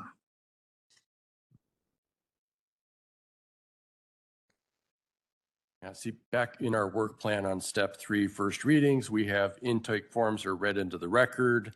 And third bullet point, solicit optional co-sponsors from fellow commissioners at a regular meeting. So we don't actually have a place on our form where we add those. Yeah, so I think in the course of discussing that, we would clarify that they're added in the meeting. Somehow it looks like we removed the identification of them from the form. Yes. So Because we relabeled them as committee members instead of they're co-sponsors. committee members at this point, and they may or may not be the same as the co-sponsors, but perhaps we need to go back and add co-sponsors to the meeting. You're shaking your head, Michelle. Are you remembering our discussions differently? Absolutely, because just as Commissioner Silliman read, that you're on your intake forms, your intake form is just the sponsor. During the first reading, you don't have any sponsors or committee members at that time because you have to solicit them during that meeting. So then they get put on the amendment proposal form as you have formed your committee and your co-sponsors. I agree with all that. I'm still remembering a discussion that we wanted to be able to retroactively go back and add them. Commissioner Lagome, please. Thank you, Chair. So my understanding, if I'm reading this correctly, so between first and second reading, you're soliciting optional co-sponsorship in the first reading, and then at the second reading, you have sponsors and co-sponsors may present. Is there a document in here that lives from that process of first reading to second reading? Because that's where I think that there's a disconnect between the documents available and the part of the process where co-sponsors exist. Right? We have the intake form, which gets you to your first reading, and then the amendment proposal, it sounds like, is part of the committee study process, but there's no document that bridges from first to second reading where a co-sponsor would live, unless I'm misunderstanding something. Yeah, you're right. There isn't a document in the way that you're describing it. And again, I'll ask the subcommittee members to chime in if they remember it differently. But my recollection is that to address that comment, that the intake form would still have a place to identify co-sponsors retroactively as they're identified in our meetings, that that form would be submitted with that field blank initially, and they could be added as those co-sponsors are identified in the meeting. Commissioner Donnelly, please. Yes, I note, thank you, Commissioner Jay. Under the study committee protocols, which we have not gotten to yet, it says the sponsor of the amendment shall serve as committee chair. Co-sponsors shall be granted membership subject to confirmation of interest at a regular meeting. So we do address this under study committee protocols. I would agree, but to Commissioner Alagome's comment that those commissioners are not identified yet. Well, at the risk of, you have a comment first, Commissioner Alagome? Sorry, we might be making the same comment, but I would think it would be acceptable to go back and add a section to the intake form, allowing us to have a place to put co-sponsors when they're identified during the first reading. Not sure who'll be responsible to update that, but that should be where they go. That was going to be my comment, again, at the risk of Mr. Chair. Commissioner Silman. I see the problem with that is that Michelle has to publish those intake forms prior to the presentation of them in the public meeting. So it's already a fixed public document. Instead of doing that, may I suggest that on this document that we just add a line between chair and committee members and say co-sponsors so they can be identified here, and then label other committee members. And that would be people that weren't co-sponsors that want to join the committee. That way we do have a record of who decided to sign on it as co-sponsors. Commissioner Holmgren. I think that's a reasonable change. I do think one concern I would have is that the amendment proposal document wouldn't go to the public until well after the committee process has. So I don't know if we need a form that necessarily indicates it, but we probably do need to somehow clearly indicate on the website who the co-sponsors are before this form gets submitted. My personal opinion is I would opt for, I think what some of us have mentioned or some commissioners have mentioned, that we simply put that field back on the intake form, and those fields can be populated during our meeting, and they could be updated on the website after that information is added. Commissioner Lagame. Thank you, Chair. I would tend to agree with that. You know, we have a work plan that's been continually updated. We have a whole tranche of amendments which were continually updated. I think just because the public document is generated does not mean it can't be updated. So. Okay, Commissioner Gasquet, please. Can we put the co-sponsors after the acknowledgement, after it's been signed? That way the change to the document doesn't go in the middle of a document that's already been signed by the sponsor. You're talking about a revision to the intake form? Yeah, Okay. we put it afterwards and then maybe a little line under says co-sponsors will be identified after submission. The same way it does the reference number. So Michelle, is that the intake form that you have pulled up right there? Yes, sir. Okay.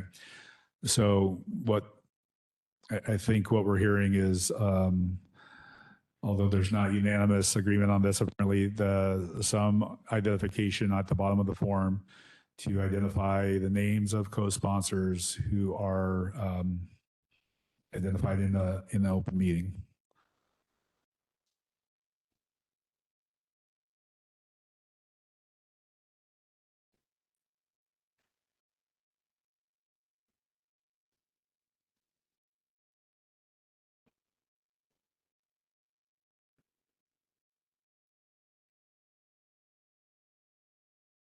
And then it would presumably be a list, so we could populate that list as the names are added, but bullets or numbers or something like that, as the names are added afterwards.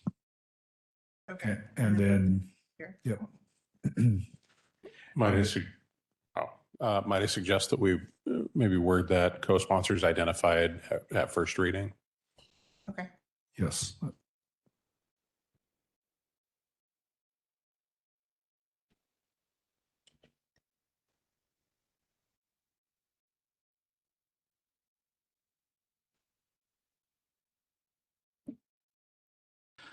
Commissioner Donnelly, thank you for bringing that up.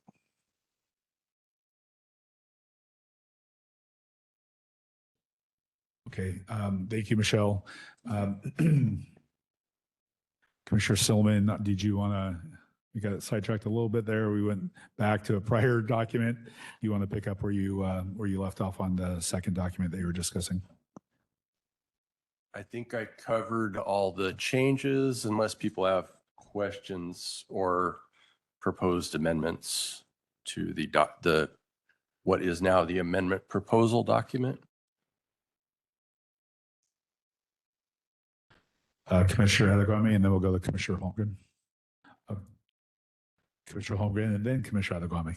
I think we should make the change that Commissioner Suleiman suggested a minute ago by adding co-sponsors and committee members to distinguish between those members who are co-sponsors and those members who are just members of the committee. So add co-sponsors under chair and then label other committee members. Yes. So I'm not sure we had committee members who were not initially co-sponsors. The body could remind me if you remember differently, did we? But there is the possibility Yeah, of that's- not being a co-sponsor yet being on the committee. So if That's they want to correct. be That's what I'm listed asking. separately, this would allow that. Okay. Would be your con vote. Yes, in fact. we Yes, did I have that. was. Yes, thank you for that friendly reminder. So that was a very good example, actually. That's a good suggestion. So would you like to, can you repeat that wording? Yeah, it was underneath chair, have co-sponsors, and then rename committee members to non-sponsor committee members. Other committee members? Yeah, other committee members is fine. Yes, As such. I like that. Commissioner Adegwami, please. Thank you, Chair. I was just going to mention Commissioner Jay's prior comment about removing policy from the purpose and policy intent. But I also think that this change to add co-sponsors is a strange one. Like the sponsor becomes the chair and so of that committee. And so there's not a sponsor. There are only co-sponsors. The verbiage just thrown me off a little bit to have a chair and co-sponsors and then other committee members. Unless we're saying that co-sponsors have a different standing in the committee than the other committee members. But yeah, just wanted to raise the policy intent portion. Thank you. What if we were to say sponsor / chair?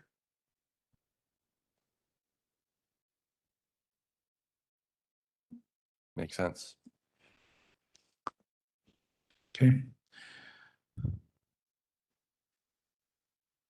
Sure, Selma, is there anything else you wanted to? I think somebody suggested Discuss. removing policy, but I think Michelle's doing that as to make it consistent with the previous document.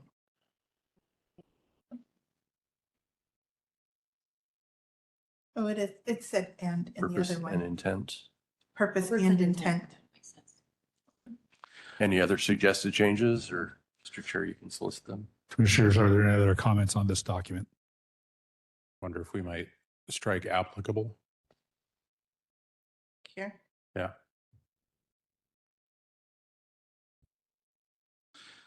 Commissioner Adegwami? Thank you. Just thinking maybe we add a parenthesis as S to article and charter article and sections affected. I think we had maybe only one last session that affected multiple articles of the charter, but Yep, that's definitely a possibility. So that makes sense. So Do you want to do parentheses. do you want to do S. paren S? Okay.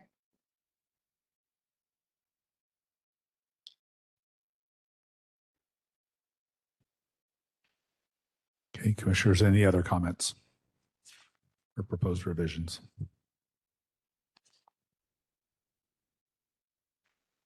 Okay, seeing done, we will move on. Next agenda item is continuing with a review of documents. The study committee protocol, this is item E. And I will be discussing this particular document. Give me 1 second.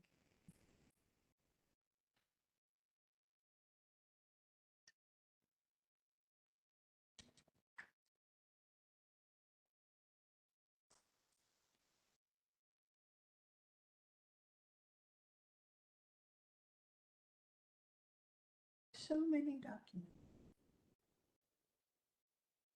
Study committee.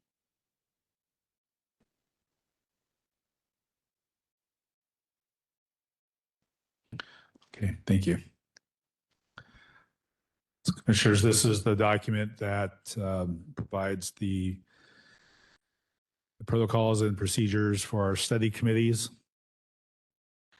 I'll go quickly through the changes. There, I believe most of them are self-explanatory. So first, we changed the opening subheading to committee formation and authority. And we've also clarified that the study committee, as all of our committees and subcommittees, they are advisory, and that all final actions are left to the commission in a regular meeting. And the committee composition, we have clarified that membership in the committee will be confirmed at a regular meeting. And moving down into committee charge, we've removed text, which you can see there. It's crossed out. And then the balance of this page remains unchanged. Commissioner Agami, did you have a question or comment? Sorry, I just wanted to ask a question about the committee composition and the committee charge. It would be helpful maybe to clarify which chair is the chair being referred to in the committee composition portion. Is that the committee chair each time chair is mentioned? Is that the commissioner chair ever? And then secondly, that first sentence of committee charge, I think needs to be corrected. The committee shall study and examine the proposed amendment in sufficient breadth and depth and substantive policy questions resolved. Isn't it? I think it would be 4 substantive questions to be resolved, and then not sure if we would want to remove policy from there as well. Okay, so let's, I think your first comments were up in the committee formation authority. Sorry, no, in the committee composition. Just wanted to clarify, each time that a chair is mentioned, is that the committee chair or is that the chair of the commission? And so I think it's important to be clear about that. Yeah, this point well taken. So we could add the word committee chair in front of the word chair in each instance.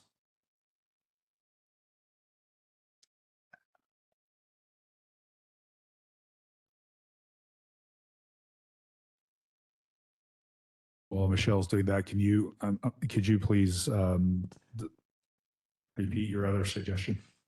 Thank you. So the first sentence under committee charge, where it says the committee shall study and examine the proposed amendment in sufficient breadth and depth and substantive policy questions resolved. That last part, I think, is a strange fragment. It might sound better if we said insufficient breadth and depth for substantive policy questions to be resolved. And then also just comment on whether or not the commission wanted to remove policy from there as well, per the other 2 documents that we just did. Okay, that makes sense.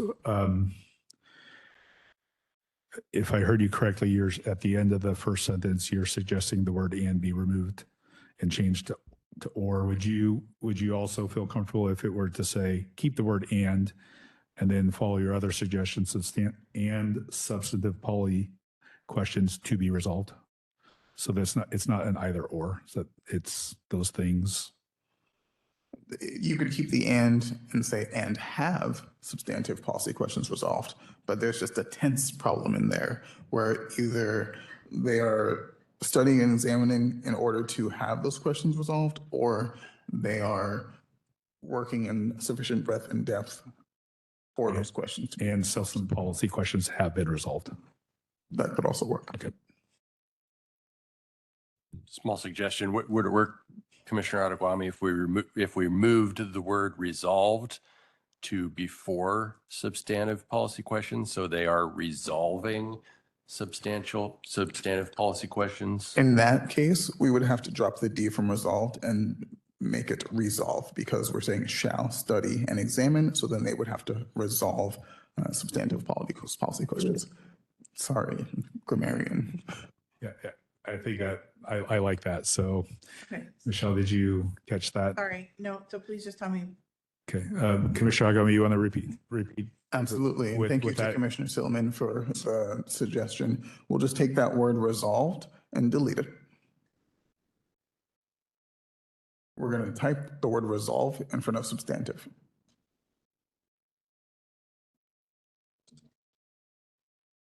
Okay, so I did hear you say earlier and remove and say for. Right, but per the suggestion, we're actually going to keep the and remove the for. We will not be adding for. So the committee will also resolve substantive policy questions. So we'll need that and there again. So as such, If that and can just be put back in, the one that's currently crossed out just before the cursor.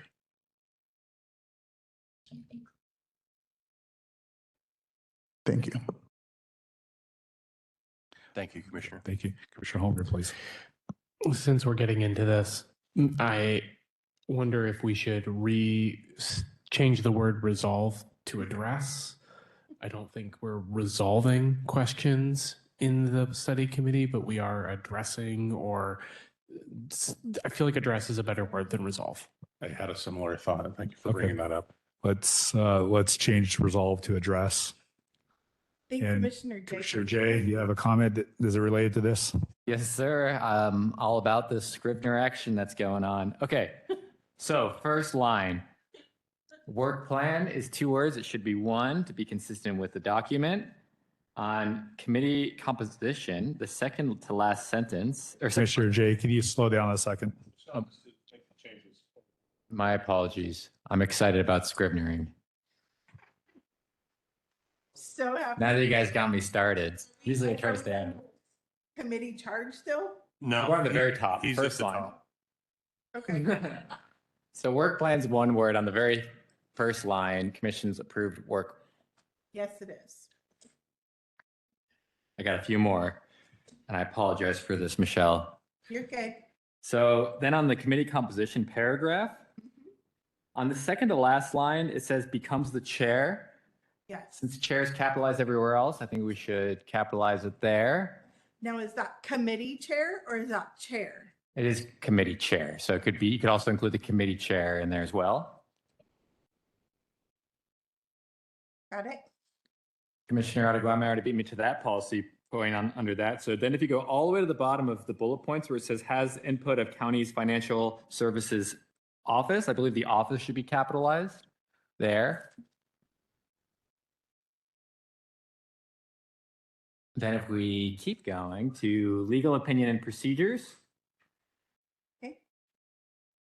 There are on the third line down, it says the current policy intent of the amendment provides expanded substantive policy analysis. Just take out the 2 policies there.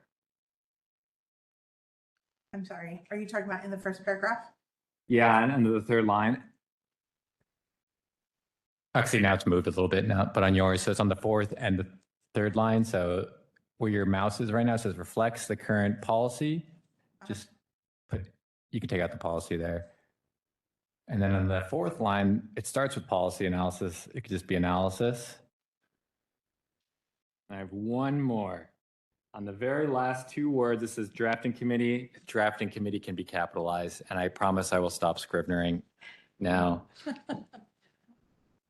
So while Michelle's making those changes, commissioners, I'm going to offer a comment that while all these finer detail edits are beneficial and helpful, I will know that it's 7:09 and we do have some what I'll call non-negotiable agenda items that we still must get to tonight. And at our current pace, we're not on schedule to adjourn by 8 o'clock.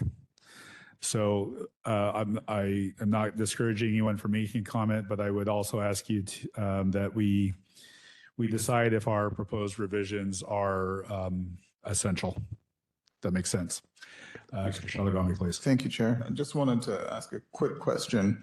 One of the policies that Commissioner Jay was talking about, or one of the iterations of the word policy, was in the detailed policy report. Is that a form that's been renamed, or will we be? Is there a different name for that form that we should be putting in there?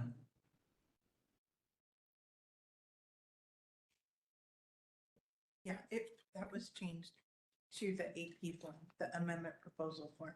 It took out all of that front beginning part of it and it So became. Commissioner or Secretary Garbo will address that. Yeah, we do want to change that. So it does not say, whatever it said, it needs to say amendment proposal because we did change the name from amendment policy detail to amendment proposal. Okay, thank you. Appreciate it. Is that to be changed in here? Where does it say that? That was under legal opinions and procedures. Commissioner LeBrand, please. Thank you, Chair. Given the time constraints, I would like to suggest, actually, I'd like to move that we adopt the work plan update, the key dates, the intake form, and the amendment proposal form. With the intent that I intend to circle back and move to table the letter E and letter F in the agenda to a subsequent meeting. But I think getting those first four across the finish line gets us what we need out of the way for this meeting. And the D, right? Yeah.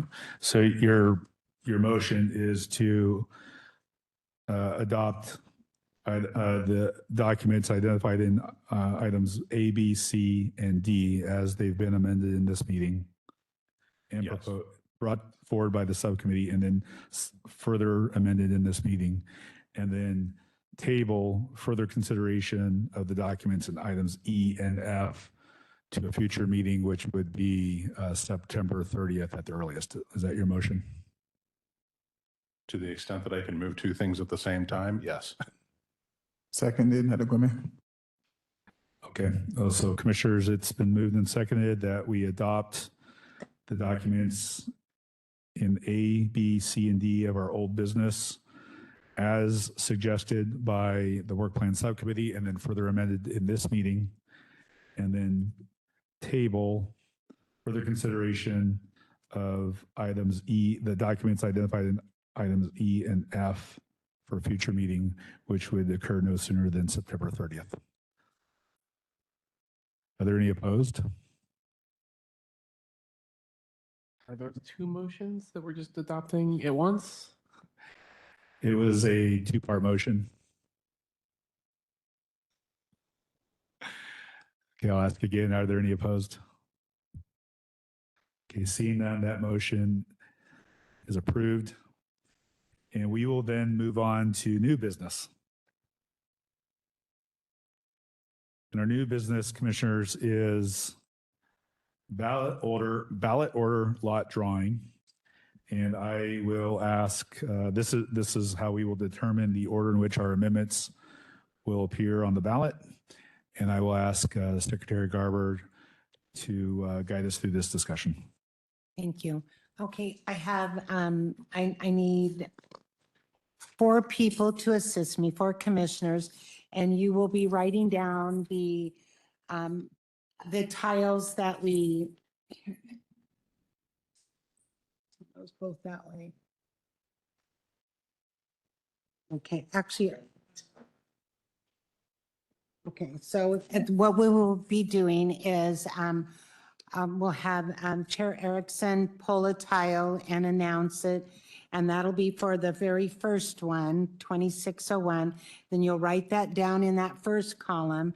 And then after we're all done pulling all the tiles, then based on the number, we will be able to determine the numerical order of the placement. So Can you clarify that? So what is the first column lottery number and how's that different than order on ballot? right, so the lottery number is the number that is on these little tiles. So for instance, this is 63. We would, don't write it down there, but we would put that under lottery number. Then maybe the next one would be the 163. That would be for the next one. And then after we're done putting in all those numbers, then based on their numerical order, we'll be able to fill out that right-hand column, the order on the ballot. Okay? So to clarify, the lowest number drawn Go is the first. one that's on the ballot first. Correct. Yep. Okay, Once you hold it. okay, okay. And this is for 2601. 45. Okay, and the next one is for 2607.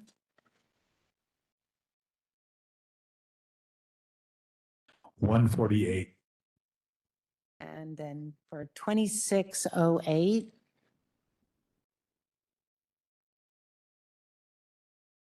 $153. and then 2610,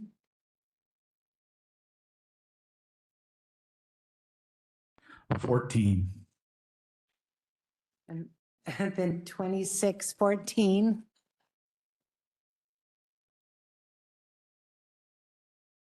$159.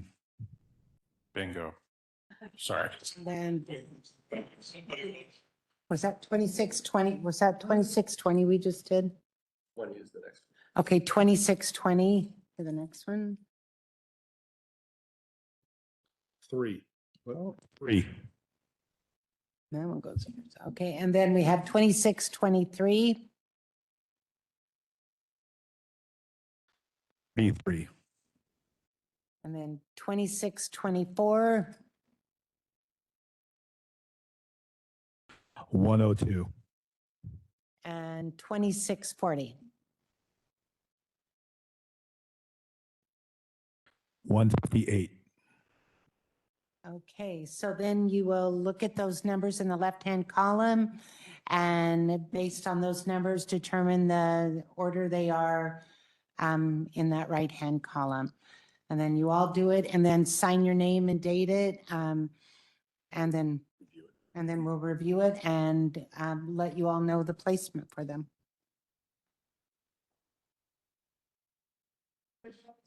Can you, Commissioner Landsberg, can you turn on your microphone, please? I'm a little confused on what you just said because we have all these different numbers. So you want us to put them in numerical order so that this would say that 2623, 2620 would be the first on the ballot? That's right. So you would, where you see 2620, since it had a number 3, over in that right-hand line, you're going to mark that it's going to be number 1 on the ballot. Thank you. And then when we get them all, then you just turn them in and we'll compare them to make sure you all did your homework right. And then we'll go ahead and announce the order. Order, try to do first, second, third, fourth. Yeah, I mean, no, you kind of want to leave it like this. I mean, you'll just list, you can write it over here, like which one is number 1. I'll let you watch this. Okay. So, let's make sure everyone agrees. 4, 6, 7, 2, 9, 1, 3, 5, 8. Okay. So they would, so number, yeah, so this is 1. And then, Do you want me to sign it? Yes, please.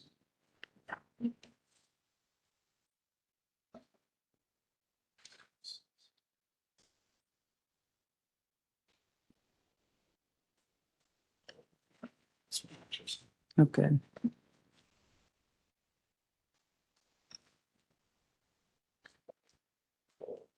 Okay.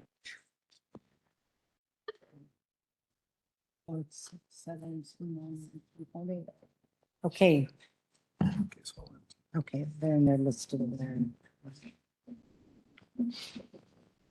Okay, so first of all, thank you to Secretary Garber for procuring these tiles from the elections office so we could do this.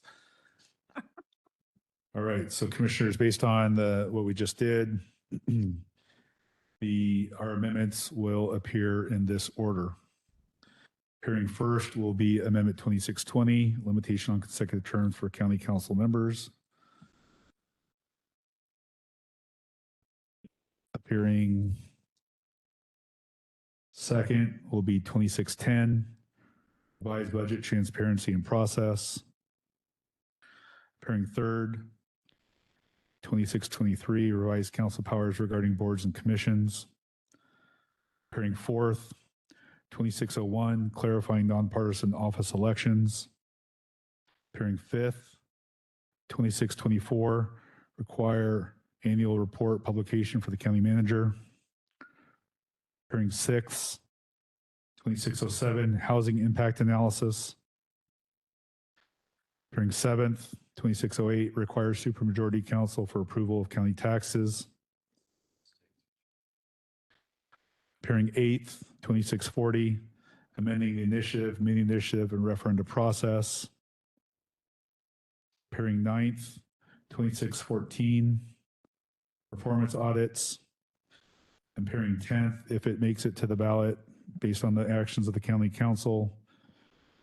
2631, Ethics Review Commission to consist of 5 members.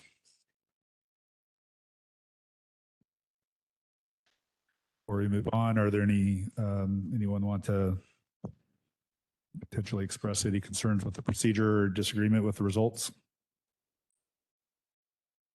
Okay, thank you, commissioners.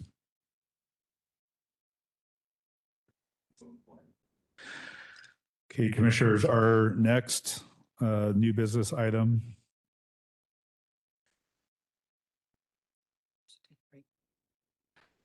Okay, commissioners, we're going to take a brief 4-minute break. We'll come back at 7:26.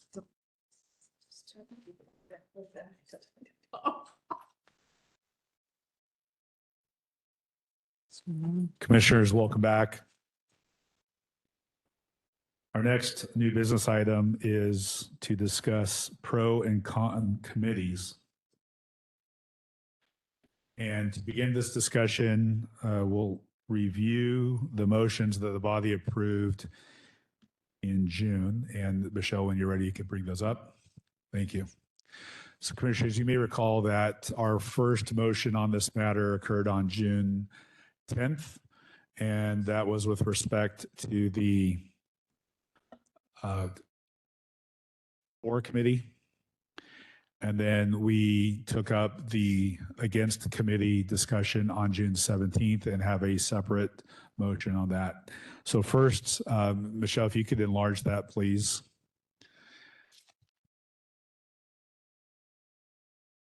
I want to go over this and then a little bit of discussion. So I'm going to just simply read it first. Moved by Commissioner Garber to approve the sponsor of the proposed amendment to be the chair of the FOR committee. The second member of the committee will be a commissioner chosen by the chair or a member of the public. If no commissioner volunteers, the third member will be a member of the public who has expressed interest. If a member of the public is not identified, then the third spot can be filled by another member of the commission at the discretion of the committee chair. Additional members of the commission and public can participate as unofficial members of the committee, and a quorum of the Charter Review Commission cannot participate in the FOR committee for any proposed amendment. And then seconded by Commissioner Klein. So commissioners, since then, and in recent discussions with prosecuting attorney's office, it's been clarified that these for and against committees are not formal extensions of the Charter Review Commission. And while we can nominate members, we can't identify the committee chairs, that the committees themselves will identify the chairs. So as such, we are going to need to take some action that will amend this motion if we were to follow the advice that's been given to us. Before doing so, it would be informative to now look at the motion that we passed with respect to the against committees. And again, I will read this. Moved by Commissioner Alagwame to approve permitting members of the commission to take part in against committees and to encourage public participation if it's available. Friendly amendment. Commissioner Garber suggested a friendly amendment to include the following guidelines set by the auditor's office. Friendly amendment accepted by Commissioner Alagwame, sorry. Moved by Commissioner Alagwame to approve permitting any member of this commission to take part in against committees, given that they follow the guidelines established by the auditor's office and that they encourage public participation if it's available. Seconded by Commissioner Holmgren. So there are no concerns with respect to this motion, how it's worded, and its implementation. One possible outcome, one possible remedy to our earlier motion would be simply to align, substantially align our motion around the FOR committee to be worded similarly to the motion around the against committees, although there are other options as well. So with that, we'll open it up for discussion. And then also I'm going to ask at some point for Commissioner Garber to talk a little bit more about some of the specific implementation of the options that we're discussing. So are there any first comments or suggestions? Oh, so Commissioner LeBrand, thank you. And I may be skipping ahead to Commissioner Garber's presentation, but if the for and against committees aren't an extension of this commission, who stands those up? Is it the auditor's office that stands up those committees? What happens after we get a list of all the commissioners that are interested in it, we will provide that information to the auditor. The auditor will reach back out to all of these members and let you know who the other members are. And then it will be your responsibility using your own resources, no public resources, no email, and work with each other to determine who the chair is, whose name's going to be in the voter's guide. You know, you can have 3 names in the voter's guide. You can certainly have more, but it will be the committee that will be responsible for doing that.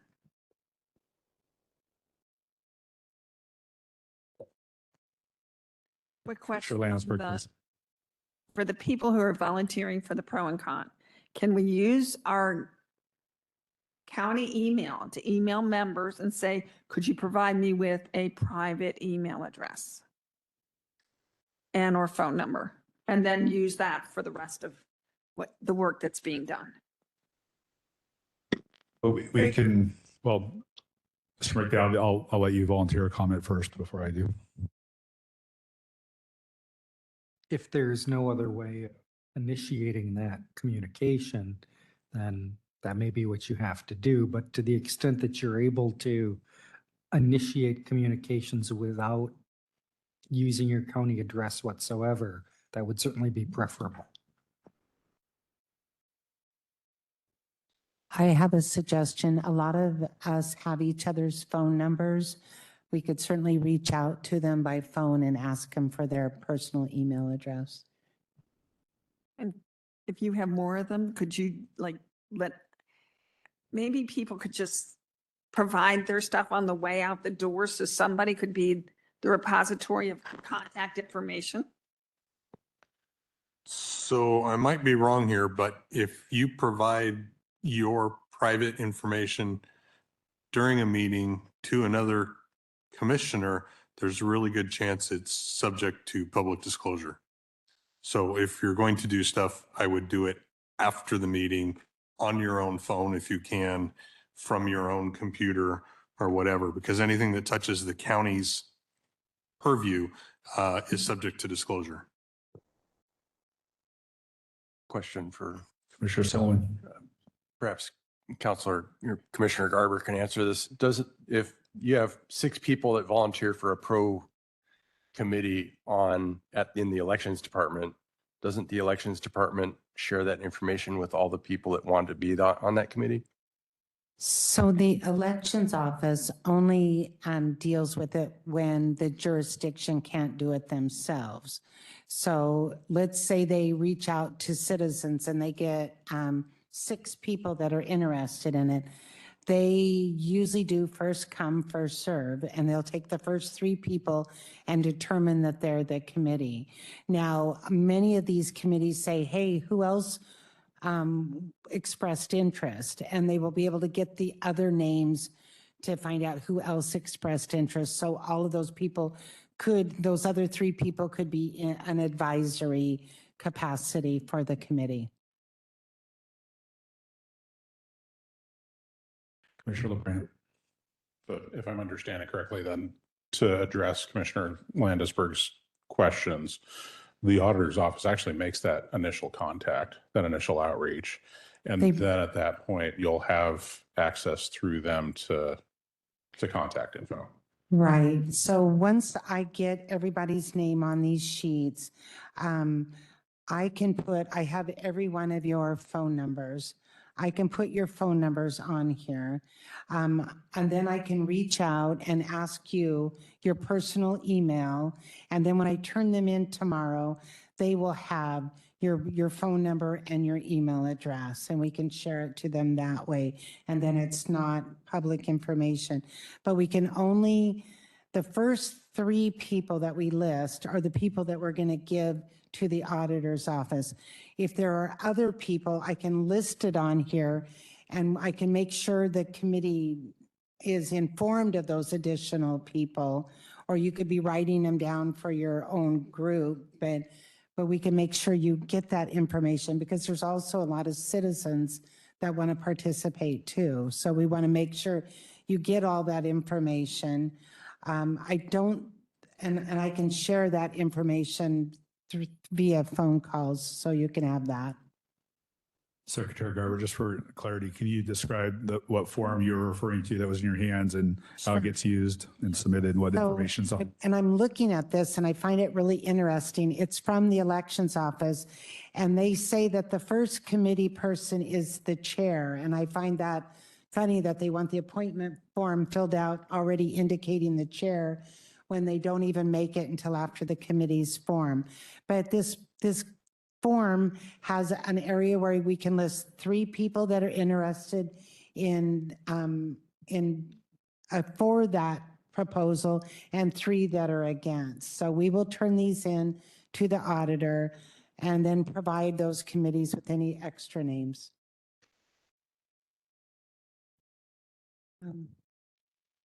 I guess I could call on you, Commissioner Adequame. Thank you.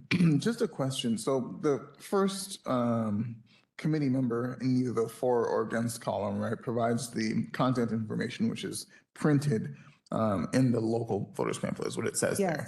Yes. So, the email is published in the pamphlet, as is the phone number, as is the website, if there is one. Just want to get a sense of, so are we at that point where we're needing to provide an email that will be printed in the pamphlet? If someone were to want to create an email specific to that initiative, or sorry, specific to the for or against committee for that particular amendment, or establish a website, how does that framework, how does that go? So we don't have to turn in this document until the date of the primary. So we have a little bit of time. So just because I'm getting your names, we can get this completed, filled out properly. A committee may create a website to send people to. They certainly can do that. They could use a Facebook site instead of a website also. But they do want your phone number and your email address, or at least one person's phone number is required to, or one person's email address is required to be in the voter's guide. But the second committee member and the third committee member, it's just their names listed. We're just putting them on this document so the elections office can contact you. Commissioner Klein, please. So there are 15 of us. We each have this document. How do you envision us filling this out and submitting this? What's the aggregation of data? How do you want to do this? So this was just put in your binder so you could see it. You're not going to fill that out. When we start talking about each individual one, I will list the names on here. I will reach back out with you. You don't have to fill out anything. And for clarity, so there will come a time here shortly where we're going to ask folks to identify themselves as being interested in certain for or against committees. Okay, so commissioners, before we do that, we need to dispose of a potential revision or update to our earlier motion. And the executive committee believes that that one possible option, and it's also reinforced with input from the prosecuting attorney's office, that we simply could amend this motion to read similarly to our motion regarding the against committees. It's one option. So Michelle, are you able to bring that back up again, please? So commissioners, if you want to take a look at this again, this is our motion around the approval or the motions, the four committees rather. And then Michelle, if you could show us the motion on the against committees, please. Oh, I did have them both up. Okay. I was confused.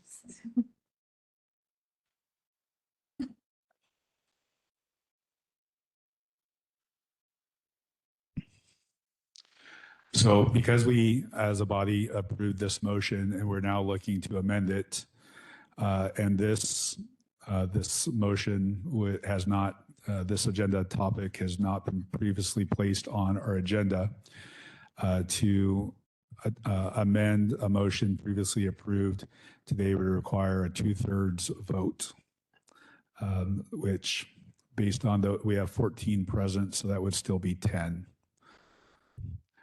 10 affirmative votes present and voting. Is there any discussion or questions or comments? Is there a motion? I'll move that we amend that previous action as discussed. Second, Klein. Okay, and it's been moved and seconded to amend our prior motion regarding the formation of the four committees to read similarly to our motion with respect to the against committees. And this can be approved through unanimous consent. So I will first seek that. Are there any opposed? Okay, seeing none, then the motion is revised accordingly. So now I will ask Commissioner Garber then to collect the names of those who are interested in serving or participating on the for and against committees. And I will also mention, Commissioners, that we have been receiving interest from the public. We do have members of the public who have already expressed their interest in serving both on the for and against committees. And as a clarification, those expressions of interest are not being publicly published on the website.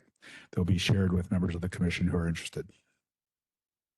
So Secretary Garber, could you please handle the solicitation of interest? Okay, so we're going to start with 2601 for the for committee, and I would like to enter my name as being on the for committee. Do I have anyone else that's interested? Okay, we have Commissioners Holmgren and Commissioner Gasquet. Okay, is that it? And Commissioner Landisberg. Okay. Okay, so then we need committee members against. We've got Commissioner Klein, Commissioner Peter, and Commissioner Donnelly. Okay.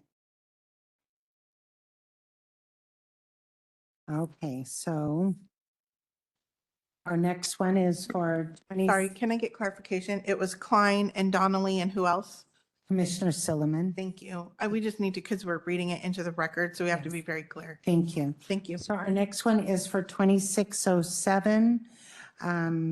Who's interested in being on the for committee? We've got Commissioner Jay, and we have Chair Erickson, and we have Commissioner Klein. I got you in there. Okay, and for the against committee, we've got Commissioner Landisberg, Commissioner Gasquet, and Commissioner Holmgren. Okay. For 2608, for the for committee, we've got Commissioner Jay, Commissioner Erickson, and okay, and then Commissioner Donnelly. What? Oh, did I miss one? Commissioner Silliman. Okay, and Commissioner Silliman is also okay. Okay. And then 2608 against. We've got Commissioner Holmgren,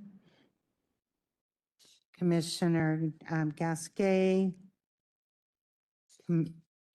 Commissioner Adegueme. Whoops. And then, oh, and Commissioner Landesberg. Okay. Our next one is 2610, the FOR committee. Here for the FOR committee. Okay. Commissioner Silliman is on the FOR committee. Who else? Commissioner Klein.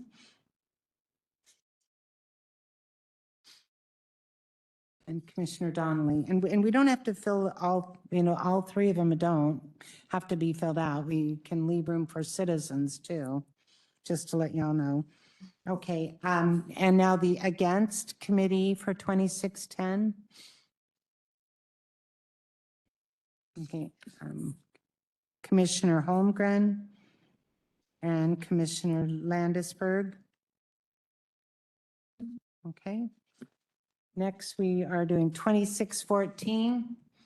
Let me put that on the top, and that's Commissioner Silliman, Commissioner Klein, and Commissioner Donnelly. Okay, and then against, Commissioner Landesberg and Commissioner LeBrandt. Okay. Next, we have 2624. We have Commissioner Erickson, Commissioner Adegueme, and Commissioner Gasquet, and Commissioner Donnelly. Okay, and then against for 2620, we've got Commissioner Klein, we've got Commissioner Holmgren,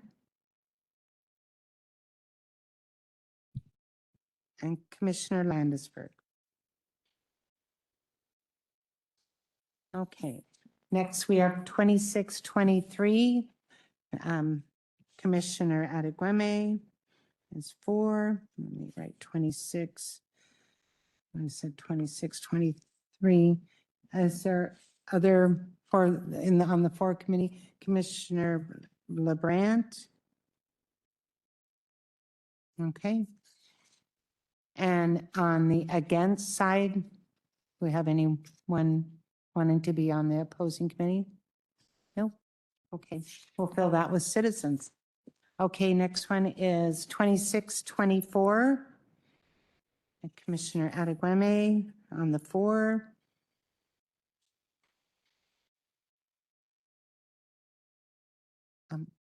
Commissioner LeBrandt and Commissioner Donnelly. And against? No, or against, okay. And now 2640, 4, I'll add my name to that. Commissioner Klein, Commissioner Gasquet, and against, Commissioner Landesberg. Okay, and then we probably should do 2631, just on the off chance that they do not pass it. So we'll do that one also. So 4, Commissioner Hamlick,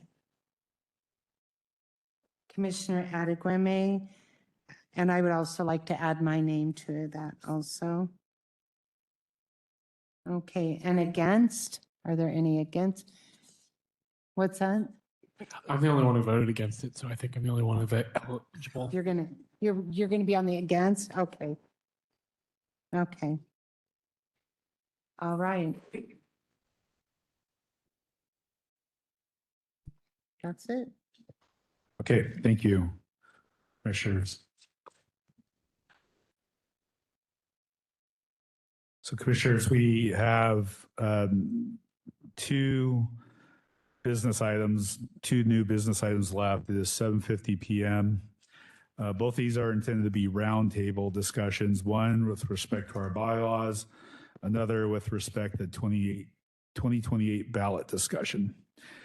The bylaws discussion is intended to inform the bylaws committee, which is scheduled to meet tomorrow, with any input from the body as they're conducting their work, with the intent that during the break, the bylaws will be updated, presumably distributed, so as to satisfy the 14-day notice requirement in our current bylaws, and then presumably come back, when we come back from our recess, vote to approve them, provided we have no additional revisions, which if we did, would trigger another round of 14-day notice.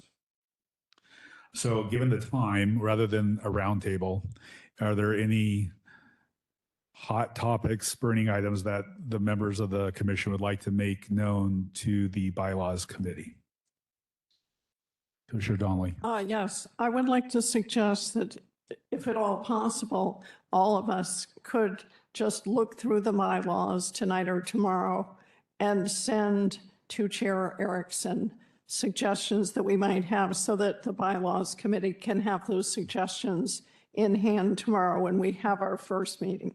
So it would just be the first ones you can see. It wouldn't, you can, later you'll have another chance, but if you do have some, to give it by email to Chair Erickson. I think that's a good suggestion, and I am also on the bylaws committee, so I could deliver them to the committee. So why don't we agree that that will be our procedure on that? Commissioner Lagome, do you have a comment? Thank you, Chair. I was going to make the same comment. I think it would make more sense to focus on the 2028 discussion at this time. All right. Commissioner Gasquet, please. What time are you guys meeting? O'clock. Commissioner Klein. For ease of access, could you send the bylaws to everyone, make sure that it's top of the email so that they could review them? Per Commissioner Donnelly's suggestion. They were already sent to you in for the packet for today, so you should have them. Excellent, thank you. Commissioner, to point out that in that there have been some proposed revisions around governing documents.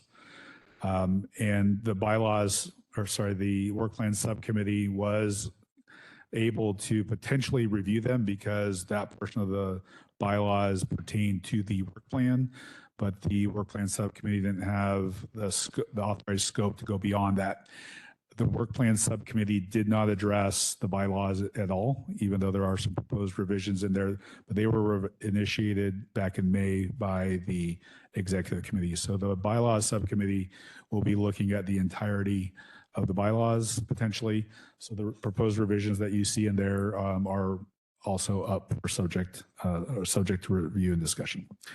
So commissioners, our last item of new business, and then we will take time for good of the order, is 2028 ballot discussion. This is intended to be kind of a rapid fire discussion. We won't be making any decisions or taking a vote, but to take essentially the temperature of the commission regarding simply whether or not we want to have amendments on the 2028 ballot. So with that, if we could start and go around the room, Commissioner LeBrand, are you comfortable beginning? And maybe take 30, 40 seconds and just offer your initial opinion on this topic.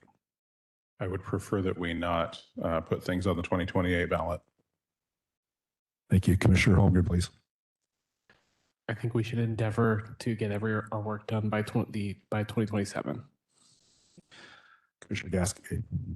I'm going to agree with the last two. I think we should try to get it by 2027, but I think we should be open to the idea that maybe we have too many amendments for 2027. Commissioner Jay. I believe it is highly likely that we should put amendments on the ballot in 2028, and I intend to write a lot of amendments this next session, so get ready for it. I expect 10 on 2028's ballot. Commissioner Donnelly.